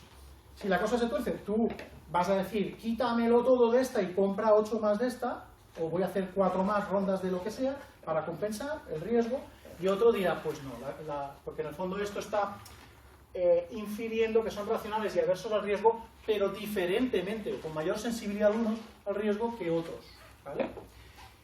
Y entonces el modelo, como veíamos, nos da una frontera de posibilidades que sería la cartera. Tú puedes tener cualquier inversiones, composición de inversiones por cualquier punto, una línea que es la del mercado, es la que se llama en el modelo la línea de mercado de capitales, y nosotros en este punto que corta, ese es el retorno máximo del portfolio de la cartera, a partir de aquí estaríamos desapalancados y a partir de aquí estaríamos apalancados. Por encima de esto estaríamos apalancados, pediríamos prestados, por debajo no pediríamos prestados. Por tanto, en esta situación, invirtiendo aquí, estoy que por encima de la tasa de libre de riesgo, por debajo no soy eficiente respecto a los demás inversores, o sea, soy un poco mirlo blanco, traducido al cristiano, y estoy fuera de la frontera eficiente, pero desapalancado, no pido prestado para invertir. Si hago aquí lo mismo, pero apalancado, lo veis, ¿no? En la situación, apalancado en cuanto al retorno, y el riesgo ese es apalancado. Y si me sitúo en cualquiera de estos cuadrantes, seguiría siendo eficiente apalancado respecto al retorno o respecto al riesgo, y en cualquier caso sería eficiente, pero no la más eficiente, que sería el punto en el que se ve. Conceptualmente, insisto, esto puede darse, no darse, se cuantifica y se puede llegar a dar. ¿Qué es lo que nos interesa saber? Que tenemos que tener herramientas, las famosas KPIs, que nos anticipen esto. ¿Por qué? Porque tenemos que tomar decisiones cuando, por hacerlo visible, veamos que un puntito empieza a parpadear, porque esto está vivo, los modelos son estáticos, pero la realidad es viva. El puntito empieza a parpadear y se va, quiero salir, porque se va de mi zona de confort. Y aquí sí, aunque los coaches hablan mucho que sí, no, la zona de confort para el financiero, que es el tío más aburrido del mundo, es lo guay. Lo que no mola es la zona de no confort, porque aumenta el riesgo. Las posibilidades de beneficio también, recordad. Por tanto, ahí viene el factor aversión al riesgo que tengáis. ¿Queréis lanzaros? Lanzáis. Pero siempre con unas garantías, no hay ningún problema. El problema es qué red tengo bajo.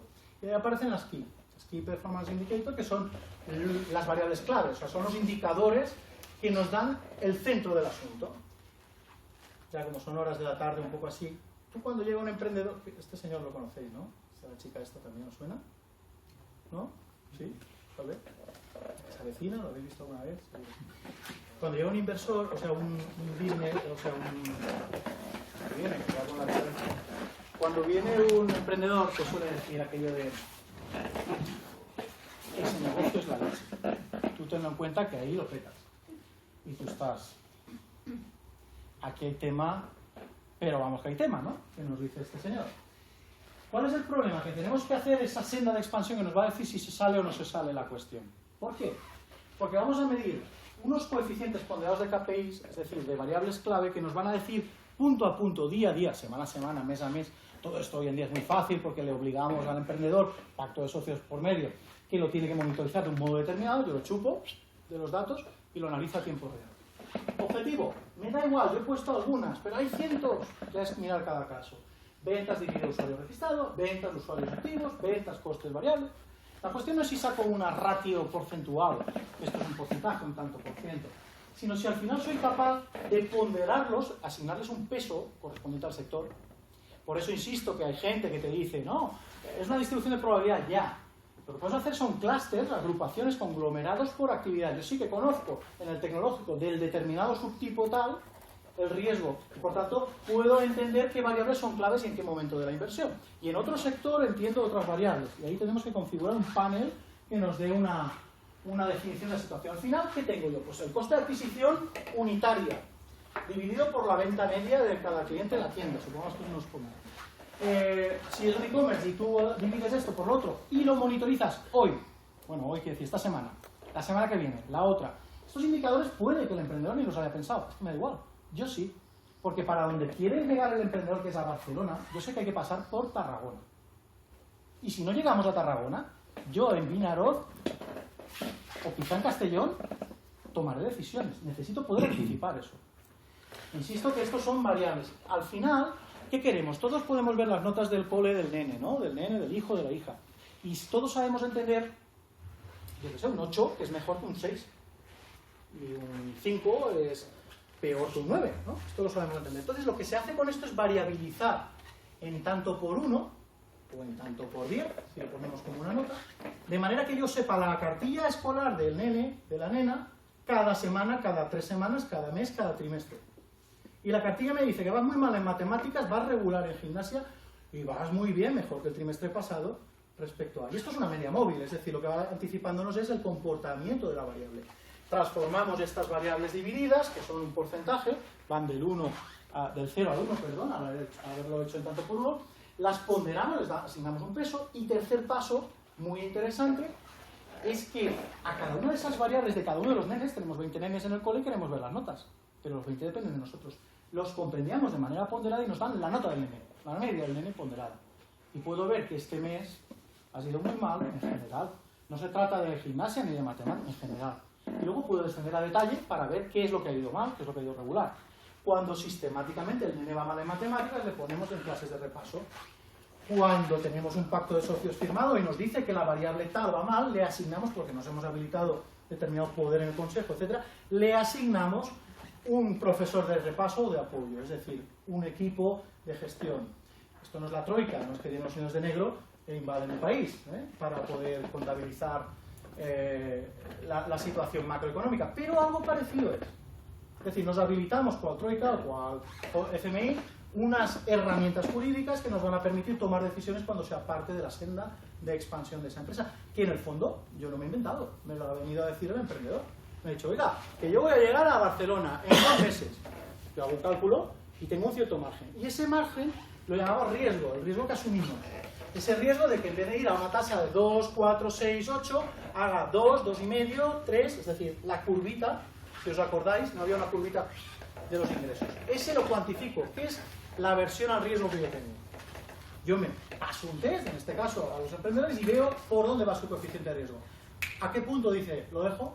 Es decir, no entro a jugar en la última ronda del póker, o como este emprendedor, este inversor, está en una línea de menos aversión al riesgo y tiene mayor capacidad de jugar y volver, subo, lo veo y 500 más. Es decir, asumo el riesgo. A partir de aquí, ¿qué pasa? Que yo variabilizo esto y mido. Porque al final, como decía Galileo, mide lo que se pueda medir y lo que no se pueda medir, hazlo medible. ¿Esto quiere decir acabar navegando en datos, Big Data? No, no es Big Data ni es nada de esto. Es los 8, 10 datos que cada mes, trimestre, semestre, me tiene que ofrecer el emprendedor, el equipo gestor, el equipo promotor. Porque ¿qué ocurre? Que de lo contrario, cabe el riesgo que muchos de vosotros os guiéis por las cuentas anuales que salen un año después, en el mes de julio del año siguiente, y por el, sí, va todo bien, que os puede decir el emprendedor. No, en tiempo real, porque es pasta, es vuestra pasta. ¿Cómo hacemos eso? Lo termino ya. KPIs, miramos las que hayamos decidido, las ponderamos, analizamos la experiencia que tenemos en un sector o que nos pueden ayudar personas para determinar cuál es el peso que tenemos que dar. Vemos unas variabilizaciones que podemos tener nosotros elaboradas y todas las participadas que tengamos, es decir, todas las que tengamos les ponderamos. ¿Cómo? Esta ponderación es mucho más fácil, no es tan arbitraria como la de las KPIs, porque es el peso económico de 100.000 euros, 20.000 es el 20%, el peso que estamos asignando. Y luego recalculamos todas las variables anteriores a tiempo real, identificando, según nuestro perfil de riesgo, cuál es la tasa que asumimos, fijamos nuestra frontera conceptualmente, es decir, cuando llegue a ese punto, quiero hacer algo que me he preparado, vender, no puedo vender, es ilíquido, tengo alguna cláusula como la de rescate, pues puede venirme bien quitarme dolores de cabeza y tener, porque ese dinero lo doy por perdido, ya se entiende. O cualquiera de las cuestiones que engancharemos, lo hemos visto antes. Y luego, por último, vemos esos escenarios que sería, a partir del criterio cash flow, el más potente que existe, si tu inversión es a medio o largo plazo, si tu inversión es a corto o pelotazo, da igual. Criterio de expectativas de mercado, que sería el del pelotazo, y la de la TIR neta tributaria, que sería hasta qué nivel acepto yo de aquella curvita, teniendo en cuenta el descuento de la factura del señor Montoro en este momento. Cuando yo ya pago el impuesto, me queda una tasa neta. No puedo pensar, he sacado un 16%, si de ahí tengo que pagar aún un 20%, es decir, se me va a perder un 3% del 16%, ¿no? ¿Sí? ¿Se entiende? A partir de aquí combinamos ambas cuestiones y nos queda el seguimiento de esos riesgos de la cartera, como queráis. Día a día es difícil, imposible. Semana a semana conozco un caso y normalmente es mes a mes. Y haces un control.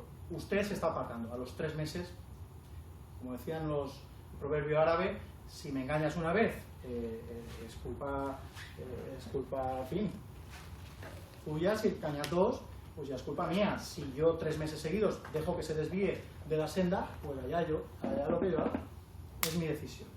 Preparamos los exits de emergencia y no nos pasa eso del aquí hay tema, menudo tema, te quedas con carepa, ¿no? Ese es un poco el objetivo. Nos vendan unicornios porque lo especializado, estamos condenados ¿no? Estamos condenados a entendernos. Somos del mismo bando, todos queremos lo mismo. Pero cuidado que somos roles contrapuestos, tan contrapuestos como gerencia y núcleo de operaciones en una empresa, como contabilidad y compras. Es decir, cada uno va a sus intereses. Y esto no quiere decir que nos vayan a engañar, pero nos van a pintar qué bonito es. Queremos herramientas que nos digan si se va cumpliendo el diseño del dibujo tal como nos han dicho. Y al final, porque un poco sería la moraleja, es un poco la apuesta que hago, si sois inversores, insisto, a medio y largo plazo, quizá habría que dar una vuelta a esto. Es decir, apostar menos por el lean y más por el cash. Muchas gracias.